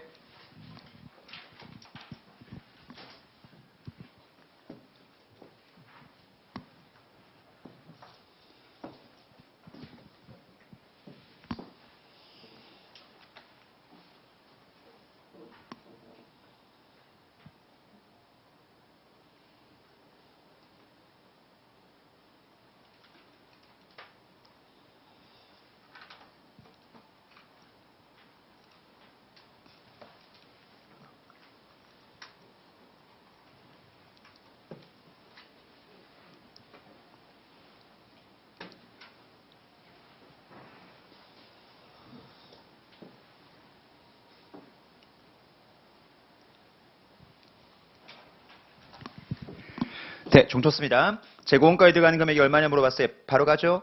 첫 번째, 프로덕트 A에 1000개 매입하면서 4,000불 발생한 거 원가 맞죠? 그 다음 프레이딩 코스트 포함되는 게 맞고요. 자, 재고 핏값을 늦게 하는 바람에 커스터머한테 페널티를 부과했대요. 이거 낸 건 애브노멀한 거죠. 페널티 부과받은 거는. 그 다음 네 번째 보니까 여러분들 물건 사오면서 운임, 인슈런스 코스트 발생한 거는 원가에 들어가는 게 맞겠죠. 합리적인 거니까. 아무런 말이 없이 재고라고 말 나오면 루틴한 거예요. 그 루틴한 것을 제작하면서 차입금을 빌렸고 이자 발생했다. 비용 처리하는 겁니다. 그 다음에 6번에 보니까 다이렉트 머티리얼 코스트, 레이버 코스트는 판매를 위해서 들어간 비용이라고 돼 있으니까 ready for sale 할 때까지 들어간 뭐다? 비용이라고 돼 있으니까 당연히 뭐가 되겠죠? 원가에 태우는 게 맞겠죠. 그거 가감하면 답 나올 거고요. 됐죠? 여기까지 그렇게 정리하시면 됩니다. 오케이, 7페이지를 갈게요. 두 번째 테마입니다. 코스트 엘로케이션이요.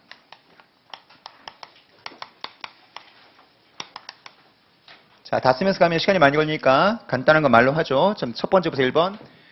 아까 우리 퀀터티 관리할 때 방법 몇 가지요? 두 가지. 첫 번째가 perpetual system, 두 번째가 periodic system. 자, perpetual system은 여러분들 뭐부터 관리하는 거 있죠? 매입한 거 관리하고 판 거 관리하고 계속 관리하다 보니까 기중에 매출원가 대체를 계속해 나가는 거죠. 대체 나가다 보니까 기말엔 카운팅 하지 않아도 몇 개 남았겠구나. 장부상 관리가 되는 방법이 perpetual 시스템. perpetual 시스템으로 분계 끊게 되면은 사고 팔 때마다 다 무슨 념들 어카운트 써야 돼요? 다 인벤토리 계정 써야 됩니다. 샀을 때도 인벤토리 쓰고 팔려 나갈 때도 인벤토리 죽이면서 매출원가 대체하고 계속 기록법은 1번에 나와 있는 그 표현이고요. 2번이고 2번 반가로. perpetual 시스템 말고 periodic은 어떻게 배치합니까? 사올 때 뭐 잡죠? purchase라고 잡죠. 자, 그다음 팔려 나갈 때 원가 대체 안 하고, 그다음 기말에 가서 뭐다 카운팅한 다음에 한 방에 원가 대체를 하는 거죠. 맞아요? 한 방에 원가 대체할 때 기초 재고, 단기 purchase 금액 다 죽이고, 실제 개발에 남아 있는 것을 엔딩 쓰면서 나머지는 뭐다? 매출 원가로 대체하는 방법이 periodic 시스템이죠. 그 분기에 줄 끊어놓은 거니까 너무나 쉽게 이해할 겁니다. 넘겨보죠. 자, 8페이지 박스엠들 perpetual 시스템이 여러분들 periodic보다는 더 장점이 많다는 거 기억나시죠? 예, 객관식도 문제 있으니까 반드시 기억하셔야 됩니다. 박스로 되어 있는 것들 다. 자, perpetual 시스템의 장점 한 몇 가지를 언급할 수 있어야 된다? 두 가지를 언급할 수 있어야 된다. 기억납니까? 첫 번째가 계속해서 재고 수량을 보여주는 방법이다. 그게 왜 장점이라고 그랬죠? 계속 재고 수량을 관리하다 보니까 적정 재고량을 유지할 수 있다는 거죠. 거기 뭐라고 되어 있습니까? 인텔리전트하게 재고를 관리할 수 있다고 되어 있죠. 너무 오버스탁이 되는 것도 막을 수 있고 아웃 오브 스탁이 될 수 있는 개연성도 미연에 디스커리지 할 수 있다는 게 가장 첫 번째 장점이었습니다. 기억나셔야 되고요. 두 번째, perpetual 시스템 쓰게 되면은 여러분들 기본적으로 계속 재고 수량 관리하는 방법이죠. 근데 periodic은 어땠어요? 기말에 가서 재고 카운팅 땅 한 다음에 나머지는 다 팔린 거에서 매출원가로 한 방에 뻥 대체하는 건데 실제 팔린 거냐? 안 팔린 것도 많다는 거죠. 뭐가 있습니까? waste, theft 이런 것들도 매출원가로 팡 대체되는 거기 때문에 재무제표 신뢰성 관점에서 봤을 때도 뭐가 더 정확한 방법이다? perpetual이 훨씬 더 정확하게 장부를 관리할 수 있는 방법이다. 그러니까 theft나 waste를 미연에 뭐다? discourage 할 수 있는 방법도 perpetual 시스템이라고 보셔야 돼요. periodic은 한 방에 뻥 대체하는 거니까 팔려나간 것도 theft나 waste도 매출원가로 한 방에 대체하니까 횡령이 있었을 때 그 횡령이 제대로 뭐다 장부에 반영이 안 되는 겁니다. 하지만 perpetual은 계속 관리했기 때문에 기말에 카운팅 딱 연말 가서 해보면 안 맞는 게 바로 나오기 때문에 이만큼이 분실되었구나 돈은 확인할 수 있기 때문에 perpetual이 관리 측면에서 훨씬 더 유리한 방법이라는 거죠. 두 가지 장점. 우리가 오디팅도 우리 다 배웠으니까 오디팅 관점에서 perpetual 시스템이라고 하는 내부 통제를 쓰는 회사가 훨씬 더 연도보다 어드밴티지가 있다는 것을 언급하는 거라고 얘기했었죠. 그래서 우리 경영자가 내부 통제를 갖추는 목적은 몇 가지가 있다? 세 가지가 있다. 첫 번째가 오퍼레이팅 목적, 파이낸셜 리포팅 목적, 컴플라이언스 목적 세 가지가 있는데 지금 그 세 개 중에서 몇 가지 장점? 두 가지 관점에서 장점이 있다고 쓴 거죠. 첫 번째 장점이 뭐에 대한 관점이죠? 오퍼레이팅 관점이죠. 효율적인 재고 관리가 될 것이다. 두 번째는 장부가 더 신뢰성 있게 나올 거라는 게 두 번째 장점이니까 파이낸셜 리포팅 측면에서도 훨씬 더 좋은 내부 통제고 그다음에 오퍼레이팅 효율성 측면에서도 perpetual이 훨씬 더 뛰어난 내부 통제이다를 언급하고 있는 게 그 박스에. 그래서 이 perpetual 시스템의 장점을 BNC에서 그렇게 위튼이 많이 나오는 거예요. 그럼 사람들은 perpetual 시스템의 장점을 쓰라는 문제가 여러분들 BNC 위튼에 많이 나오거든요, 이게. 그럼 이게 왜 나오냐? 왜 파이낸셜 카운팅 문제가 BNC에 나오지? 아닌 거죠. 걔들의 관점 뭐냐? BNC 과목 중에 여러분들 corporate governance 있죠. 거기서 뭐 배운다고 했죠? 내부 통제 배운다고. 그럼 내부 통제 BNC 과목이 있는데 우리 파이낸셜 카운팅에서 배웠던 게랑 맞물리는 아주 좋은 테마가 perpetual 시스템이다 보니까 그래서 perpetual 시스템의 문제가 위튼이 많이 나오는 거예요. BNC 과목에서 위튼은 BNC에서만 딱 언급되는 테마가 나오는 경우도 있지만은 다른 과목이랑 같이 오버랩이 되는 그런 테마들이 많이 출제가 돼. 특히 오디팅하고 파이낸셜 카운팅의 접점 분야가 많이 나오기 때문에 그런 차원에서 perpetual 시스템의 거기 장점 쭉 써 있는 것은 잘 읽어보실 필요가 있습니다. 아셨죠? 보시면 되고. 보니까 페레 오디스를 열심히 해서 이 페레 오디스 놈들 이렇게 붙어나가는 사람들이 은근히 많이 있는데 뒤에 과목에서 굉장히 보틀렉이 걸려 있는 게 많더라고. 보니까 레귤레이션 BNC에서 전사자가 되게 많은 것 같더라고요. 그러다 보니까 거기서 막혔다가 같이 거기서 떨어지는 바람에 또 와? 앞으로? 왜? 익스파이어가 되는 바람에. 그래서 너 붙지 않았니 했더니 네, 붙었었죠. 많은 의미가 담겨 있는 거지 이게. 뒤에서 많이 떨어지더라고 이게. 그 사람들이 앞에 두 과목을 열심히 공부한 뒤에 가고 이제 딱 뭐가 된 거죠? 이제 됐구나. 아니 이제 시작이다. 라고 생각하고 또 공부해야 되는 건데 사람이 파셜 다 붙게 되면 이게 한숨 놓게 되는 거지 이게. 물론 양쪽으로는 페리아 오디시 양이 많죠. 근데 두 과목 떨고 내도 어디서 많이 막히냐 봤더니 BNC 위튼에서 많이 걸리는 거야 이게. 거기서 이제 공부를 이제 열심히 안 하면 이게 쓰기가 쉽지가 않거든요. 영어를 잘 쓰시는 분은 내가 크게 개의치 않겠는데 거기서 많이 여러분들 보틀이 걸리더라고. 그래서 거기서 밑은 나오는 것들 중에서 제가 수업 시간에 말했지만 인턴은 여러분들 제가 중간에 박스 만들어 놓은 게 내가 그냥 만든 게 아니고 과거에 위튼 나왔던 것들 그런 것들 중에서 인터 때 나왔던 것들 인터랑 관련된 테마들 이런 것들은 박스를 만들어 놓은 거니까 나중에 BNC 과목 시험 치러 갈 때도 인터 교재 이 사람이 뭐 내용 써놨나 한번 보는 것은 분명히 도움이 됩니다. 그냥 막 쏘는 게 아니에요. 어카운팅 목적상도 중요하지만 BNC 위튼도 중요한 거니까. 2번 갑시다. Cost of Assumption이요. 1번 언급 안 했죠? Specific Identification 특별히 설명할 거 없어요. 직접 쫓아가는 거죠. 가장 아이디어한 방법. 하지만 시험에서 나오지 않겠죠. FIFO, LIFO 평균법이 핵심일 거고 뭐 거기 쭉 내용들 읽어보시면 너무나 쉽게 다 이해가 돼야 됩니다. 자, FIFO 뭐라고 돼 있죠? 기말재고를 current value로 평가한다고 돼 있어요. 말을 읽으면서 이해만 하시면 돼요.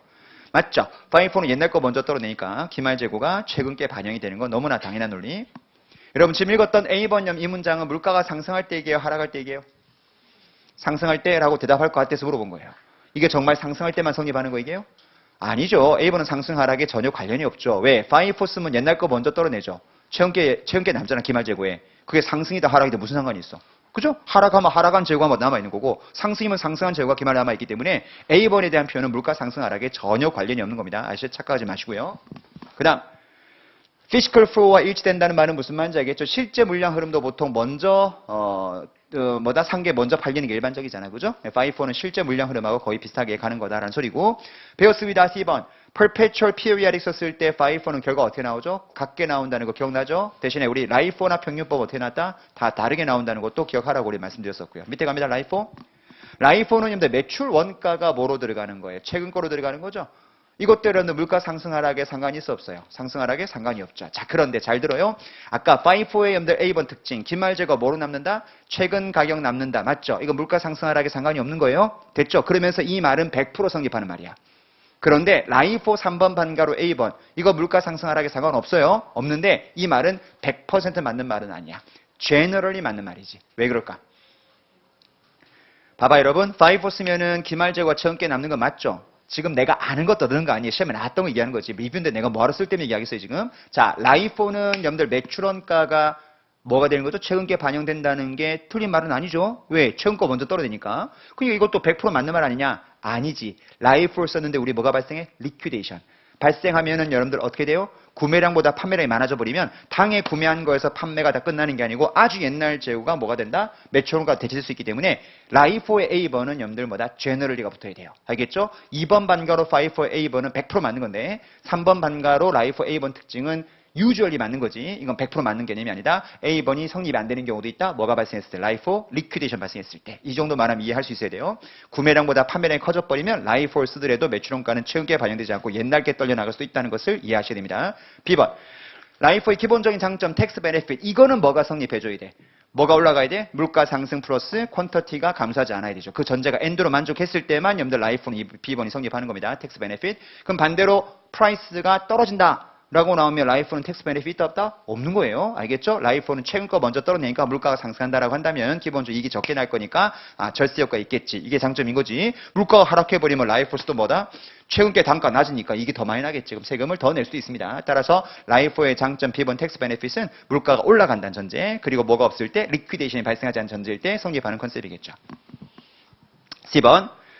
아까 말한 거, 재고가 이제 감소하게 되면 구매량보다 판매량이 많아진다는 의미죠? 네, 그렇게 돼버리면 라이포 리퀴데이션 생각 생기면서 일시에 이익이 많이 나고 그래서 세금을 많이 내는 그런 단점도 존재할 수 있다는 게 거기 라이포의 특징이고요. 밑에 박스. 자, 라이포의 장점과 단점 다 기억나시죠? 어차피 주관식은 없습니다만 객관식에서 멀티플이 나왔을 때 초이스는 가능해야 돼요. 갑시다. 장단점에서 여러분들 뭐를 떠올리라고 그랬죠? 머릿속에 떠올리세요. 자, 라이포, FIFO 뭐 쓰냐에 따라서 뭐가 틀려지죠?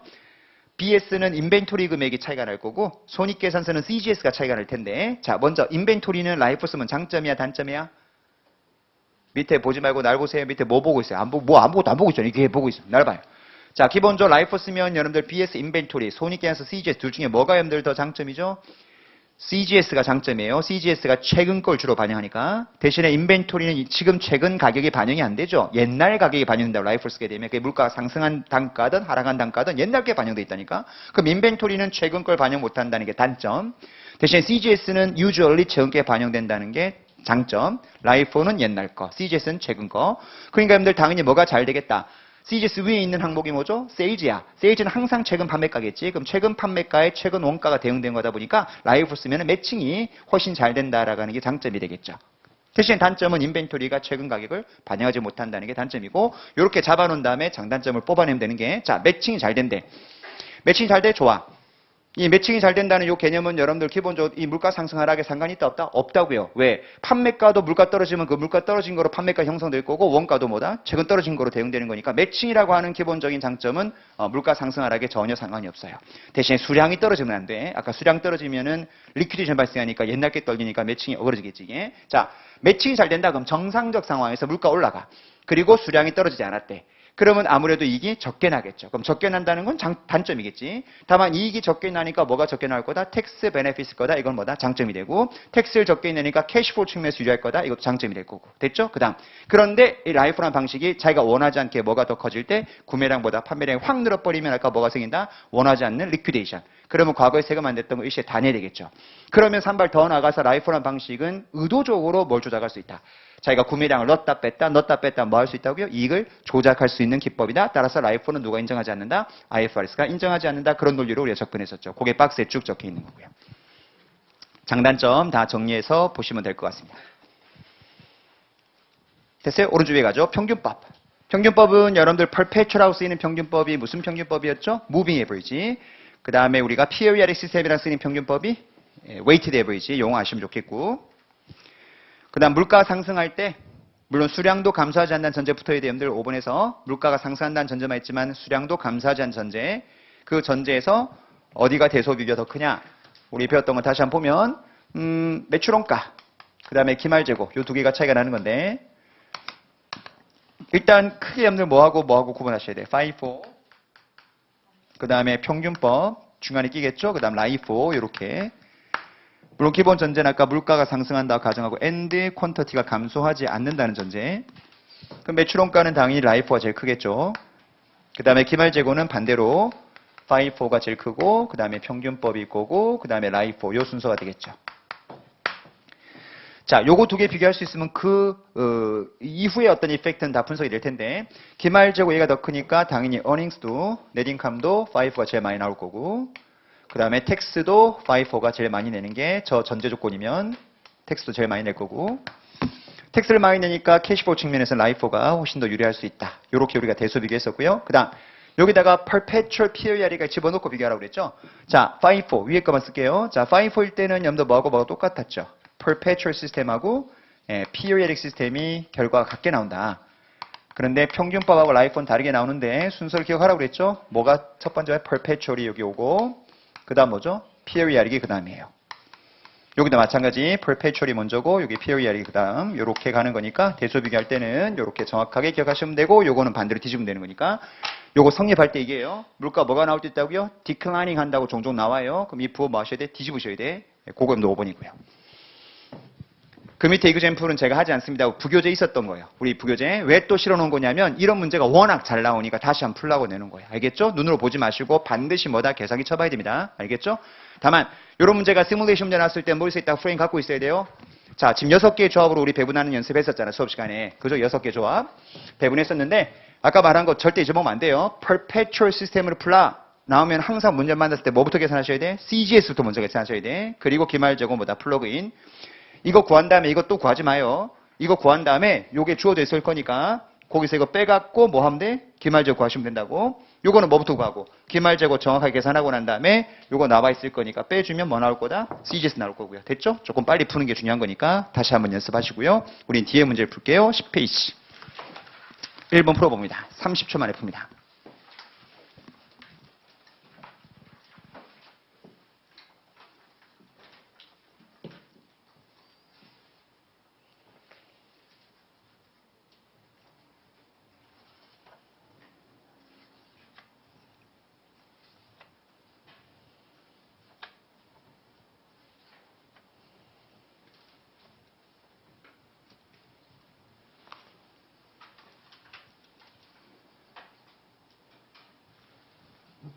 됐죠?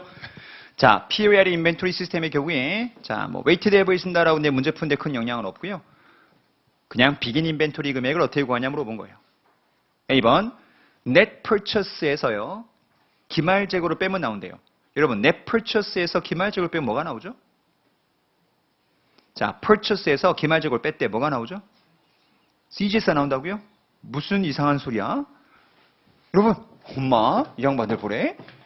여기서 이걸 빼면 이게 나와? 그럼 이거는? 그잖아. 그 여기서 이거 빼면 뭐가 나오게? 쓰레기가 나오지. 아무런 의미가 없죠. 어? 회계사가 아무 의미 없다는 숫자 말해줘야 되지. 아, 뭐가 나와야 될 건데라 강박관념 가지지 말고요. 제 지문에는. 1번은 아무 의미가 없는 숫자죠. 2번도 마찬가지입니다. 아무 의미 없어요. 알겠죠? 3번, 4번 갖고 고민해야지. 자, goods available for sale에서 여러분들 뭐 뺐다고 돼 있죠? net purchase를 뺐대. 그럼 뭐 나오겠죠? 기초재고 나오겠죠. 4번은요. 총 판매 가능한 재고에서 cost of goods sold 뺐다? 그럼 뭐가 나오겠죠? 기말재고 나오겠지. 그죠? 3번은 기초재고, 4번은 기말재고. 답은 3번이 맞았던 기출문제죠. 2번 문제 풀어보세요.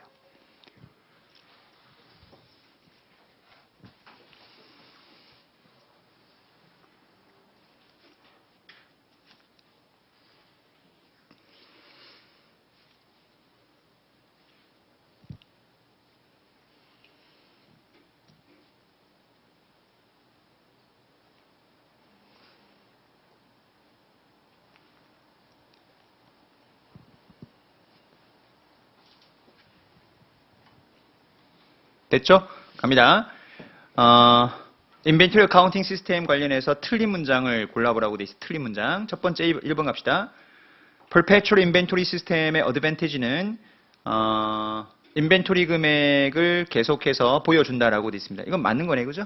Perpetual은 재고 수량을 계속 보여주는 시스템이라는 거죠. 맞고요. 두 번째, Periodic Inventory 시스템의 disadvantage의 경우는 Financial Reporting 목적상 들어가는 매출원가가 실제 팔린 재고만 들어가는 것이 아니고 인벤토리가 쇼티지가 생긴 것까지 원가에 다 탄다. 맞죠? 그게 POL의 가장 큰 단점이었잖아요. 맞고요. 3번. Perpetual Inventory 시스템의 어드밴티지는 레코드 키핑 코스트가 상대적으로 심플하다. Perpetual 시스템은 여러분들 매번 팔릴 때마다 원가 대체하는 방법이죠. Periodic은 한 방에 연말에 한번 대체하는 거니까 심플한 관점으로 본다고 한다면 뭐가 더 심플하다고 하죠? Periodic이 조금 더 심플하다고 우리 보통 얘기하는 거잖아요. 그죠? 3번이 틀린 표현이고요. 네 번째.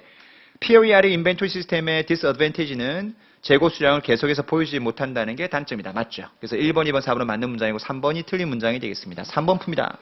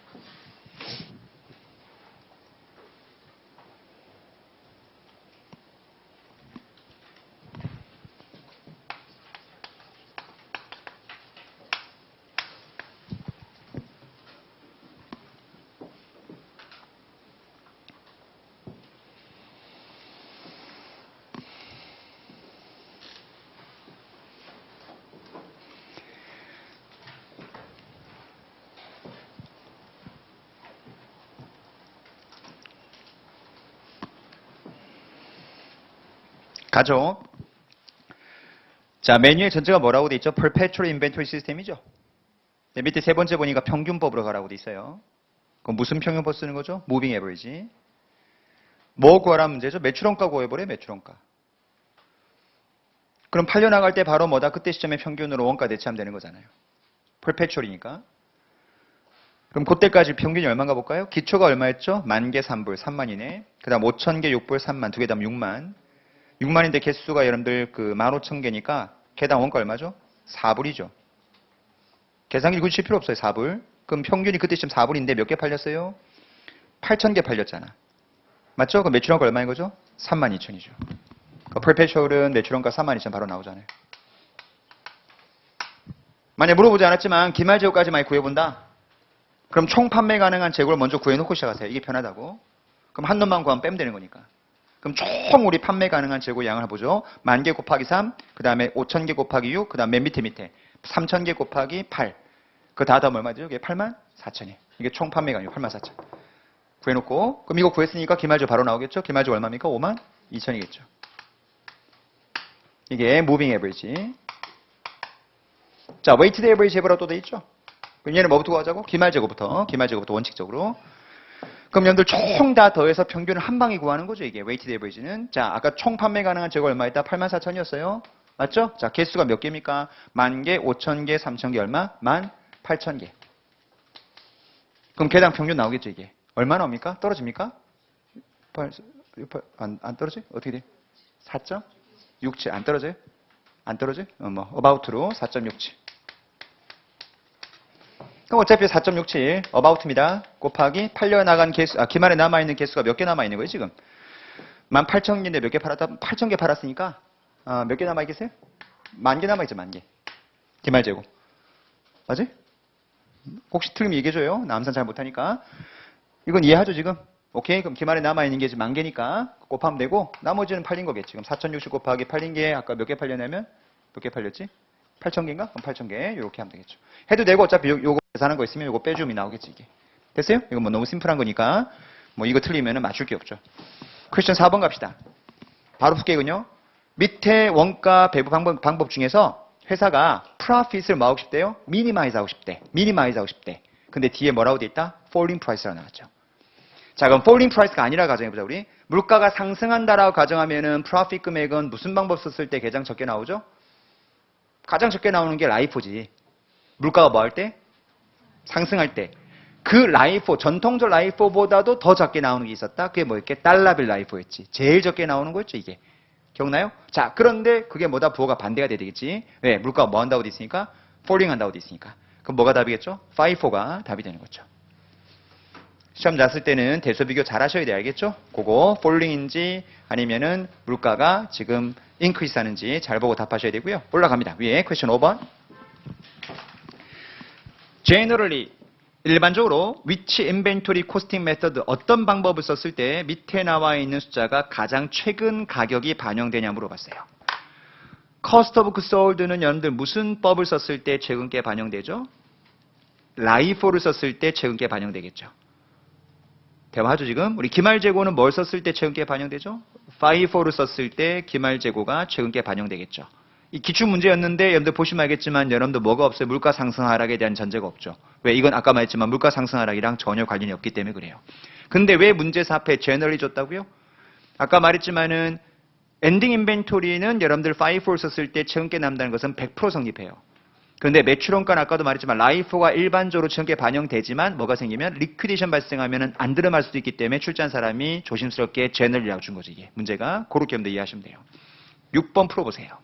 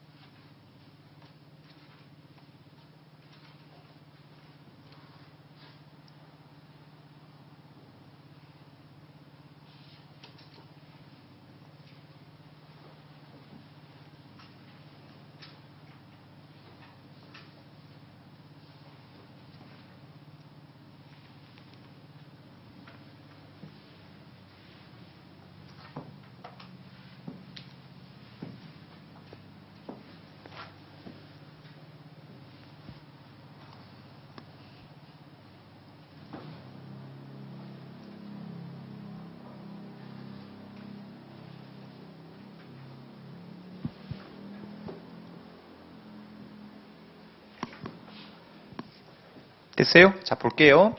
이 문제가 이제 학생들이 좀 많이 틀렸던 문제인데, 자, 회사가 여러분들 언제 설립했다고 되냐면, X1년도 2월 달에 설립이 됐대요. 그럼 X1년도에 이제 회사가 설립됐고, X2년도가 있을 거고, 자, 볼게요. 비기닝 있을 거고, 그 다음 purchase 있을 거고, 엔딩 재고 빼면 뭐 나오겠죠? CGS.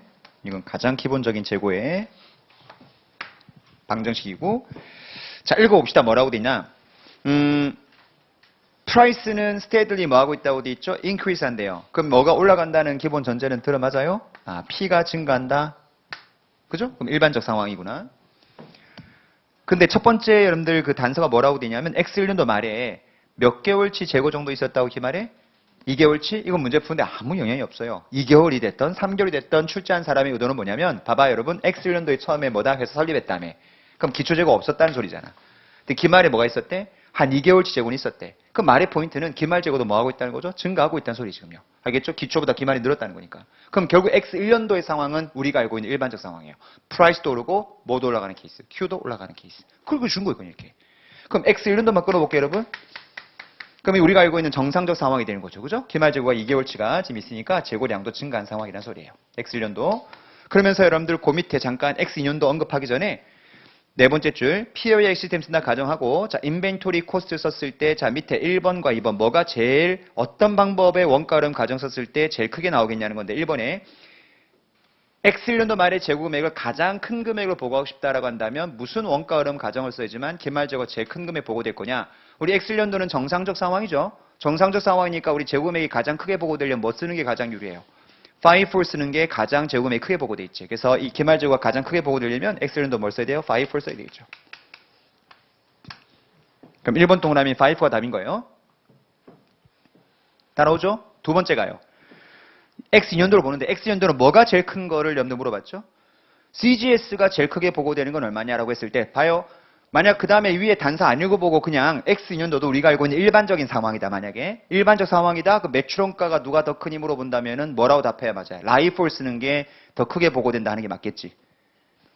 지금 내 말만 들어요. 물가 상승하고 수량이 올라가면 정상적 상황이잖아. 근데 매출원가는 무슨 방법 쓰는 게 제일 많이 보고될 거냐면 라이프가 답이겠지. 그래서 위에 단서가 없었다면 정상적 상황이라 가자면 이번은 라이프가 답이라고. 그런데 문제 읽어봐요. 뭐라고 돼 있나? X2년도 말엔 재고가 빵이래. 그럼 무슨 말이야? 봐봐 여러분. 여기 이걸 끌어 생각하면 안 되지. 재고는 뭐다? 작년도 기말 재고가 어디에 물려올까? 그 다음 년도 기초로 물려오겠지. 그럼 X년도는 기초의 재고 2개월치 양이 있었겠어 이게. 예? 근데 기말 재고는 없다는 거지 이게. 그럼 X년도 뭐가 발생했다는 거죠? 리퀴데이션 발생한 거지 이게. 리퀴데이션. 이해해요? 그럼 여러분들 우리가 물가도 오르고 수량도 올랐을 때 매출원가는 뭐가 제일 크지만 라이프가 제일 큰 거지만은 기본적으로 이제 뭐다? 이게 수량이 감소하면 부호가 반대가 돼버린다고. 그럼 매출원가는 누가 제일 많이 나오겠어요? FIFO 제일 많이 나죠. FIFO가 매출원가. 얘는 매출원가 누가 제일 크냐 물어봤잖아. 아니 더 쉽게 한번 얘기해보자. 여러분 나 좀 봐봐. 봐봐. 요게 지금 이걸 틀리게 푸는 것도 진짜 힘들어. X1년도 기말재가 누가 크다고 지금 나한테 답했어요. FIFO가 더 크다며 아까. 어? 근데 이 기초 넘어갔잖아. 근데 기말이 없대. 기준이 매입한 거 없다 가정해봐. 그럼 이거 다 팔린 거거든 매출원가가. 요 기초가 매출원가가 다 팔린 거 아니겠어 지금. 이해되죠? 그럼 기초가 누가 제일 커 지금? FIFO 제일 크다며. 그럼 X년도 매출원가 누가 제일 클까? FIFO 제일 크겠지. 이거 무슨 말인지 알죠 이거? 뭐 어떻게 생각해도 상관없어 이게. 어쨌든 1번, 2번 답이 뭐다? 1번도 FIFO, 2번도 FIFO가 되는 거예요. 그 정도 생각은 들, 그 정도 여러분들 판단을 써야 돼. 그 정도. 이건 아주 기본적인 판단이에요. 이게 뭐 연결을 하겠다는 것도 아니고 내가 현금으로 표 만들겠다는 것도 아니고 지분법을 하겠다는 것도 아니잖아 지금. 인벤토리야. 여러분의 가장 강한 영역. 3번 내려가세요. 자, FIFO, LIFO 평균법 말고 우리가 또 배웠던 게 첫 번째 뭐가 있어요? 달러빌 라이포. 달러빌 라이포 나온 배경은 뭐 때문에 나온 거라고 했죠? 회사가 원하지 않게 구매량보다 갑자기 판매량이 확 늘어버리면 세금이 많이 나오는 현상을 최소화하겠다고 만들어졌던 게 달러빌 라이포 기억나세요?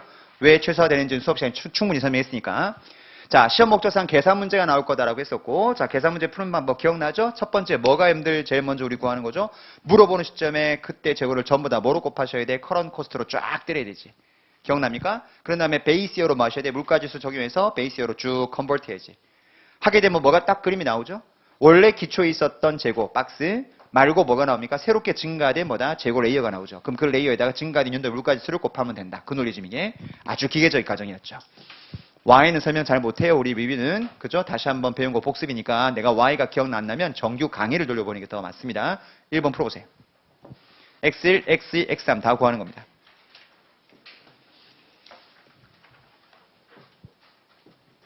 뒤에 페이지 넘길 거 없어요. 그냥 풀면 돼 거기.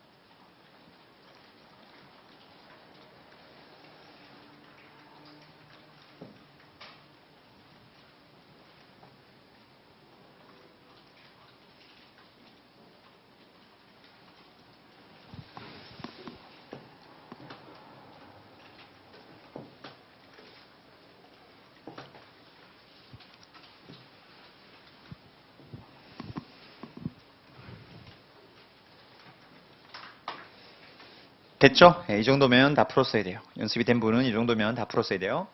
자, 1년도 여러분들 기초의 베이스예요. 재고 얼마? 10만이죠. 자, X년도 말부터 갑시다. X년도 말 시점에 그때 재고를 다 뭐로 곱했더니 커런트로 다 때렸더니 얼마 나왔다? 16만 5천. 자, 기준연도 물가로 여러분들 백하게 돼 있죠? 얼마로 나누시면 돼? 1.1 나누니까 얼마 나옵니까? 15만 나오죠. 아, 그럼 일단 15만이 나오는데 그러면 기초의 재고 10만이 있었는데 15만이 나왔다는 것은 기중에 5만이 증가된 게 있나 보구나. 5만은 기중에 증가된 거니까 물가지수 1.1 곱해야 되겠네. 이렇게 구하면 되죠. 그럼 답 얼마 나온다? 15만 5천. 여기 X1년도 말 달러밸류로 구했을 때 숫자고요. X2년도 갑시다. 2년도 말 재고 207000 뭐로 나누시면 돼? 1.15 나누게 되면 기초 시점의 물가지수로 빽되는 거잖아요. 그죠? 자, 도와주세요. 나누면 얼마 나오던가요? 20만 7천 나누기 1.15. 18만? 네, 고맙습니다. 18만. 자, 18만 나오네요.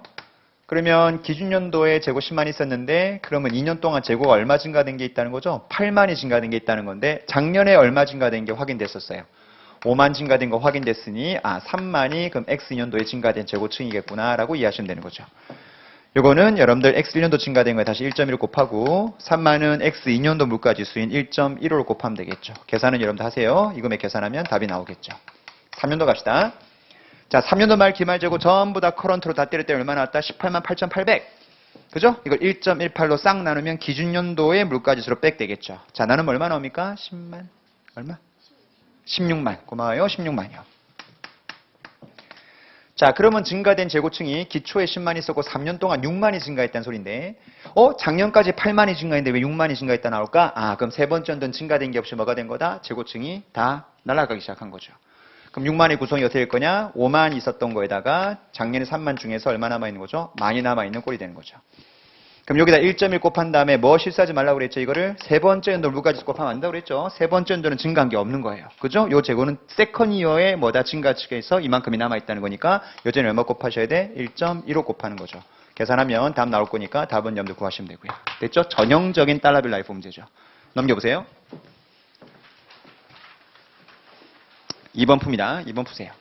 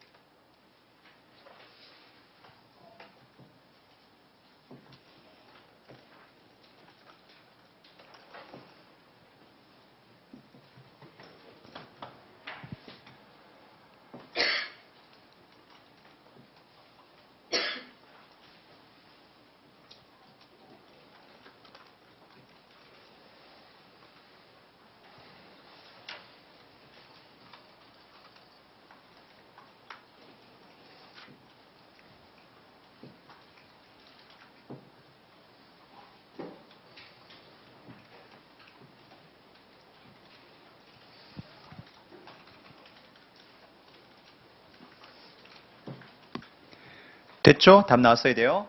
자, 갑니다. 기준연도 재고 얼마라고 돼 있냐면 10만입니다. 두 번째 레이어층 나온 것은 문제 푼데 크게 신경 안 써도 되고요. 우리가 배웠던 방식대로 가서 문제를 접근합니다. 자, X1년도 말을 가는 거예요.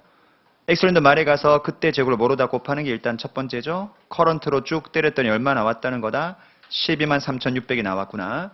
자, 이걸 베이스어로 컨버트 했더니 숫자 얼마 나왔죠? 12만. 보통 문제는 뭐가 주어지죠? 물가지수가 주어지면 우리가 뭐다? 이걸 구하는 거였는데 이건 문제는 반대로 기준연도로 백한 숫자를 주고 물가지수를 찾아내라는 거죠.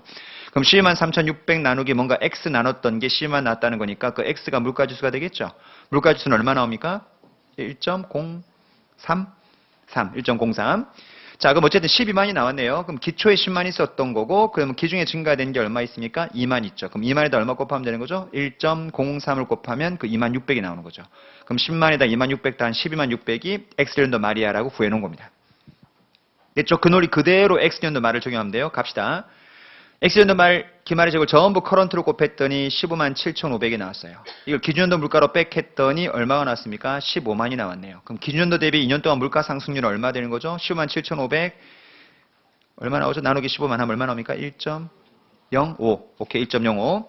자, 1.05 나왔네요. 그럼 끝난 거죠? 그럼 X 2년도 말 시점에 지금 기준도로 빽했더니 15만이 나왔는데 기준연도에 우리가 10만 있었던 것은 확인이 됐었고 그 다음에 기준에 증가된 재고층은 아까 얼마라고 위에 문제 있었냐면 2만이 증가된 게 확인됐었고 그러면 그 다음 연도에는 3만이 증가됐구나 라고 알 수 있는 거죠. 거기다 물가지수를 여기는 1. 아까 얼마였죠? 03이었나? 여기는 얼마? 1.05 곱하면은 이 세 개 숫자 더하면 답이 나오겠죠. 그죠? 됐어요? 그러니까 문제 나오는 형태가 아주 전형적으로 딱 두 개지. 앞에 풀었던 문제 유형, 아니면 지금 풀었던 문제 유형 딱 두 개밖에 없어요. 달러빌 라이프 나왔던 실제 기출 문제 유형이 그 두 개만 잘 풀 수 있으면 되는 거죠. 내려갑니다. 리테일요. 자, 리테일 메서드는 여러분들 시험에 잘 나오진 않는데 그래도 여러분들 항상 미국 CPA 시험 문제는 투루두루 많이 나오니까 연습은 다 하고 가세요. 자, 갑니다. 리테일 메서드요. 자, 무슨 법인지에 대한 것은 여러분들 수업 시간에 충분히 얘기했으니까 다시 한번 복습 간단하게 하죠. 그 왼쪽에 있는 여러분들 예제는 우리 수업 부교재에 있었던 예제예요. 다시 한번 봅시다. 빨리 한번 다시 한번 해보죠, 우리. 자, 기초재고가 있었고요. 단기에 purchase가 있었죠. 그럼 여기 원가가 있고 그다음 모도 가치를 옆에 써주는 거죠. 리테일 프라이스, 가치 관리하는 회사의 경우에 쓰는 방식이었으니까 소매재고가도 써주는 거죠. 자, 기초에 20원가였고 단기 매입한 게 30. 근데 이게 매가가 얼마이다 봤더니 40이고 매가 90이다. 자, 매출원가 있을 것이고 기말재고 있을 것이고 그다음에 이게 원가가 있을 것이고 그다음에 이게 리테일 프라이스가 있을 텐데 지금 우리가 해야 되는 것은 뭘 해야 된다는 거 잊어먹으면 안 돼요. 이 50이라고 하는 총 판매 가능한 재고금액을 이 매출원가와 기말재고로 배분하는 게 우리의 문제예요. 자, 그런데 우리 매가를 관리하고 있는 상태에서 판매할 때마다 매출한 금액을 다 더해봤더니 금액이 얼마라고 되냐면 80입니다.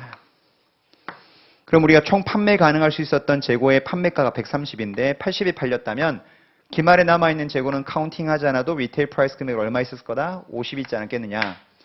근데 우리가 구하고 싶은 건 요게 아니고 원가인 거죠. 그러면 요 기말재고 50 남아있는 거에다 뭘 곱하면 되는 거냐?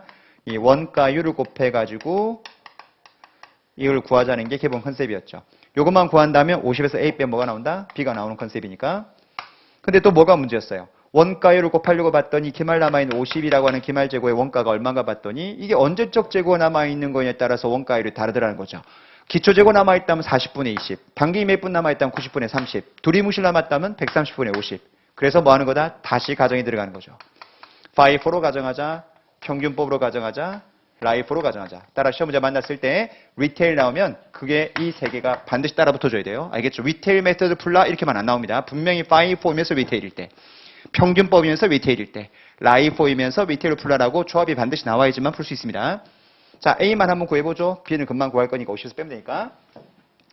이 50이 5를 가정하면 언제적 게 남아있는 거죠? 단기에 매입한 재고 남아있겠지. 왜 50이 40 빠져나가고 요 80이 요 40 빠져나가고 요 40 빠져나갔을 거니까 50은 단기에 매입한 게 그래? 그럼 단기 매입분이 남아있을 테니까 그럼 단기 매입분의 원가를 곱하는 거죠. 단기 매입분의 원가율은 90분의 30. 여기다 얼마 곱하는 거다? 90분의 30 곱해가지고 A를 구하면 50에서 A 빼면 B 나오는 거죠. 이게. 에이, 그럴 리가 있겠니? 평균조 남아있겠지? 라고 한다면 50 곱하기 평균 원가율. 몇 분의 몇이죠? 130분의 50을 곱하는 게 평균법의 컨셉. 자, 라이프 컨셉은 이 50이 언제 끝 남아있는 거죠? 기초께 남아있는 겁니다. 이 40에다 여기 10이 남아있는 거죠. 그럼 40과 10을 나누셔야 돼요. 40과 10을 나누어서 40은 기초재고의 원가니까 40분의 20이고 기말에 남아있는 것은 단기 매입 원가 90분의 30. 요거 두 개를 더하면 되는 거죠. 요거 기본적으로 리테일 메서드 컨셉. 자, 오른쪽 가요. 자, 오른쪽은 조금 수업 시간에 안 했던 내용까지 좀 보완해야 되니까 잘 들으세요. 오른쪽도 우리 수업 시간에 했었던 예제긴 한데 거기다 좀 부연 설명 더 해야 되니까 써놓고 갑시다. 자, 기초재고, purchase. 근데 우리 뭐가 거기 살짝 있었죠? markup이 있었고 뭐가 있었다? markdown이 있었어요. 쭉 가서. 아이고. 우리가 해야 될 것은 CGS와 기말 엔딩 재고. 그 다음에 원가 있을 거고 리테일 프라이스 있을 거고 원가와 리테일 프라이스가 있을 텐데 일단 리테일 메서드가 나오면 이 표를 그려보세요. 일단요. 이 표를 그려서 필요한 내용을 쭉쭉 집어넣으시라고. 갑니다. 공색에 뺄게요. 여기 12만. 그 다음에 여기 20만. 여기가 72만. 그 다음에 여기 90만. 마크업이 인상이 많이 됐고 마크다운 인하가 4만이 됐어요. 네? 죄송해요. 99만. 고맙습니다. 그럼 총 판매 가능한 재고금액은 얼마죠? 84만입니다. 우린 84만을 어떻게 하셔야 돼? 이거를 지금 매출원가와 기말재고로 배분해야 되는 거죠, 이게. 자, 리테일 프라이스 기준으로 쭉 가감했더니 숫자가 얼마 나왔냐면 1160000이에요. 그 다음 팔면서 뭐 관리했겠다? 총 판매 금액이 얼마인지 관리했겠죠? 총 판매 금액이 얼마인가 봤더니 86만이에요. 딱 순서가 정해져 있다고. 그럼 제일 먼저 뭐부터 나올까? 이 기말 재고의 리테일 프라이스가 먼저 계산이 돼요. 항상. 얼마 나옵니까? 30만이 나오죠. 그래야 1660000이 되니까. 그럼 30만에다 뭐 곱하는 거죠? 여기다가? 원가율을 곱하는 거죠. 자, 근데 이거 잠깐 치울게. 이거는 뭐 어렵지 않으니까. 자, 이것도 가정해야 되죠? 뭘 가정하셔야 돼요? FIFO 가정일 때와 그 다음 평균법 가정일 때와 LIFO 가정을 적용하면 되는데 요 A 구하면 염도 B는 84만에서 A 빼면은 B가 나오죠? B는 염도 구하시고 A만 구합니다. 자, FIFO일 때부터. 자, 기말재고 30만인데 FIFO 가정하면 이게 언제 적게 남아있는 거죠? 당기 매입분. 그럼 당기 매입분의 원가를 곱하려고 봤더니 지저분한 게 막 데이터가 붙어 있어요. 이게 뭐가 붙어 있죠? 마크업, 마크다운. 그럼 원래 이 의미가 뭐라고 이해하라고 그랬죠? 이만큼이 내가 물건 매입한 것을 빨리 팔려고 했던 그 리테일 프라이스 금액인데 실제는 이만큼 업했고 이만큼 다운시킨 거예요. 그러면 그냥 쉽게 어떻게 마음먹으면 편하다고 그랬죠? 그럼 실제 이걸 다 네팅 쳐서 그냥 얼마라고 보시면 돼? 96만. 이렇게 간주해버리면 이거랑 문제가 똑같아지는 겁니다. 알겠죠? 마크업, 마크다운 나오면 일단보다 쭉 네팅 쳐서 한 줄로 딱 바꿔버린다는 거 이게. 그럼 당기 매입분의 원가는 얼마 될 거냐면 여기 96만이니까 96만 분의 72만. FIFO일 때 요거 분의 요게 되겠죠. 평균법 갑니다. 평균법은 30만에다가 평균 원가를 곱하는 거니까 요거 분의 요거겠죠. 그럼 여기가 1160000에다가 840000 곱하시면 되고 라이포는 30만이 요 20만과 당기 매입분 10만 남아있을 거니까 나누어서 20만과 10만을 나누어서 20만은 기초재고니까 기초 원가율인 20만 분의 12만. 얘는 당기 매입분 거니까 96만에 72만. 자, 여기까지 내가 수업 시간에 했던 거 있어요. 하나 더 해요. 여러분들 거기 예제 보시면 여러분들 밑에 3번 동그라미에 답이 나오는데 그 답의 첫 번째 라인이 있고 밑에 두 번째 라인이 있죠. 내가 수업 시간에 그때 풀어줄 때 이 첫 번째 라인만 보라고 했었다고. 나중에 부교재 가서 확인해봐. 밑에 맨 마지막 라인은 내가 보지 말라고 했었다고. 그 위에 라인 염들 곱한 거 봐. 30만 곱하기 72.4% 보이세요? FIFO일 때? 평균법일 때? 여기 72.4야. 응? 그 다음에 FIFO일 때 70 몇 퍼센트? 5%. 이게 75%라고. 그 다음 라이포일 때 곱한 게 이게 60%고 이게 75%지. 이해하죠 지금? 그 첫 번째 라인이 지금 푼 거라고 지금.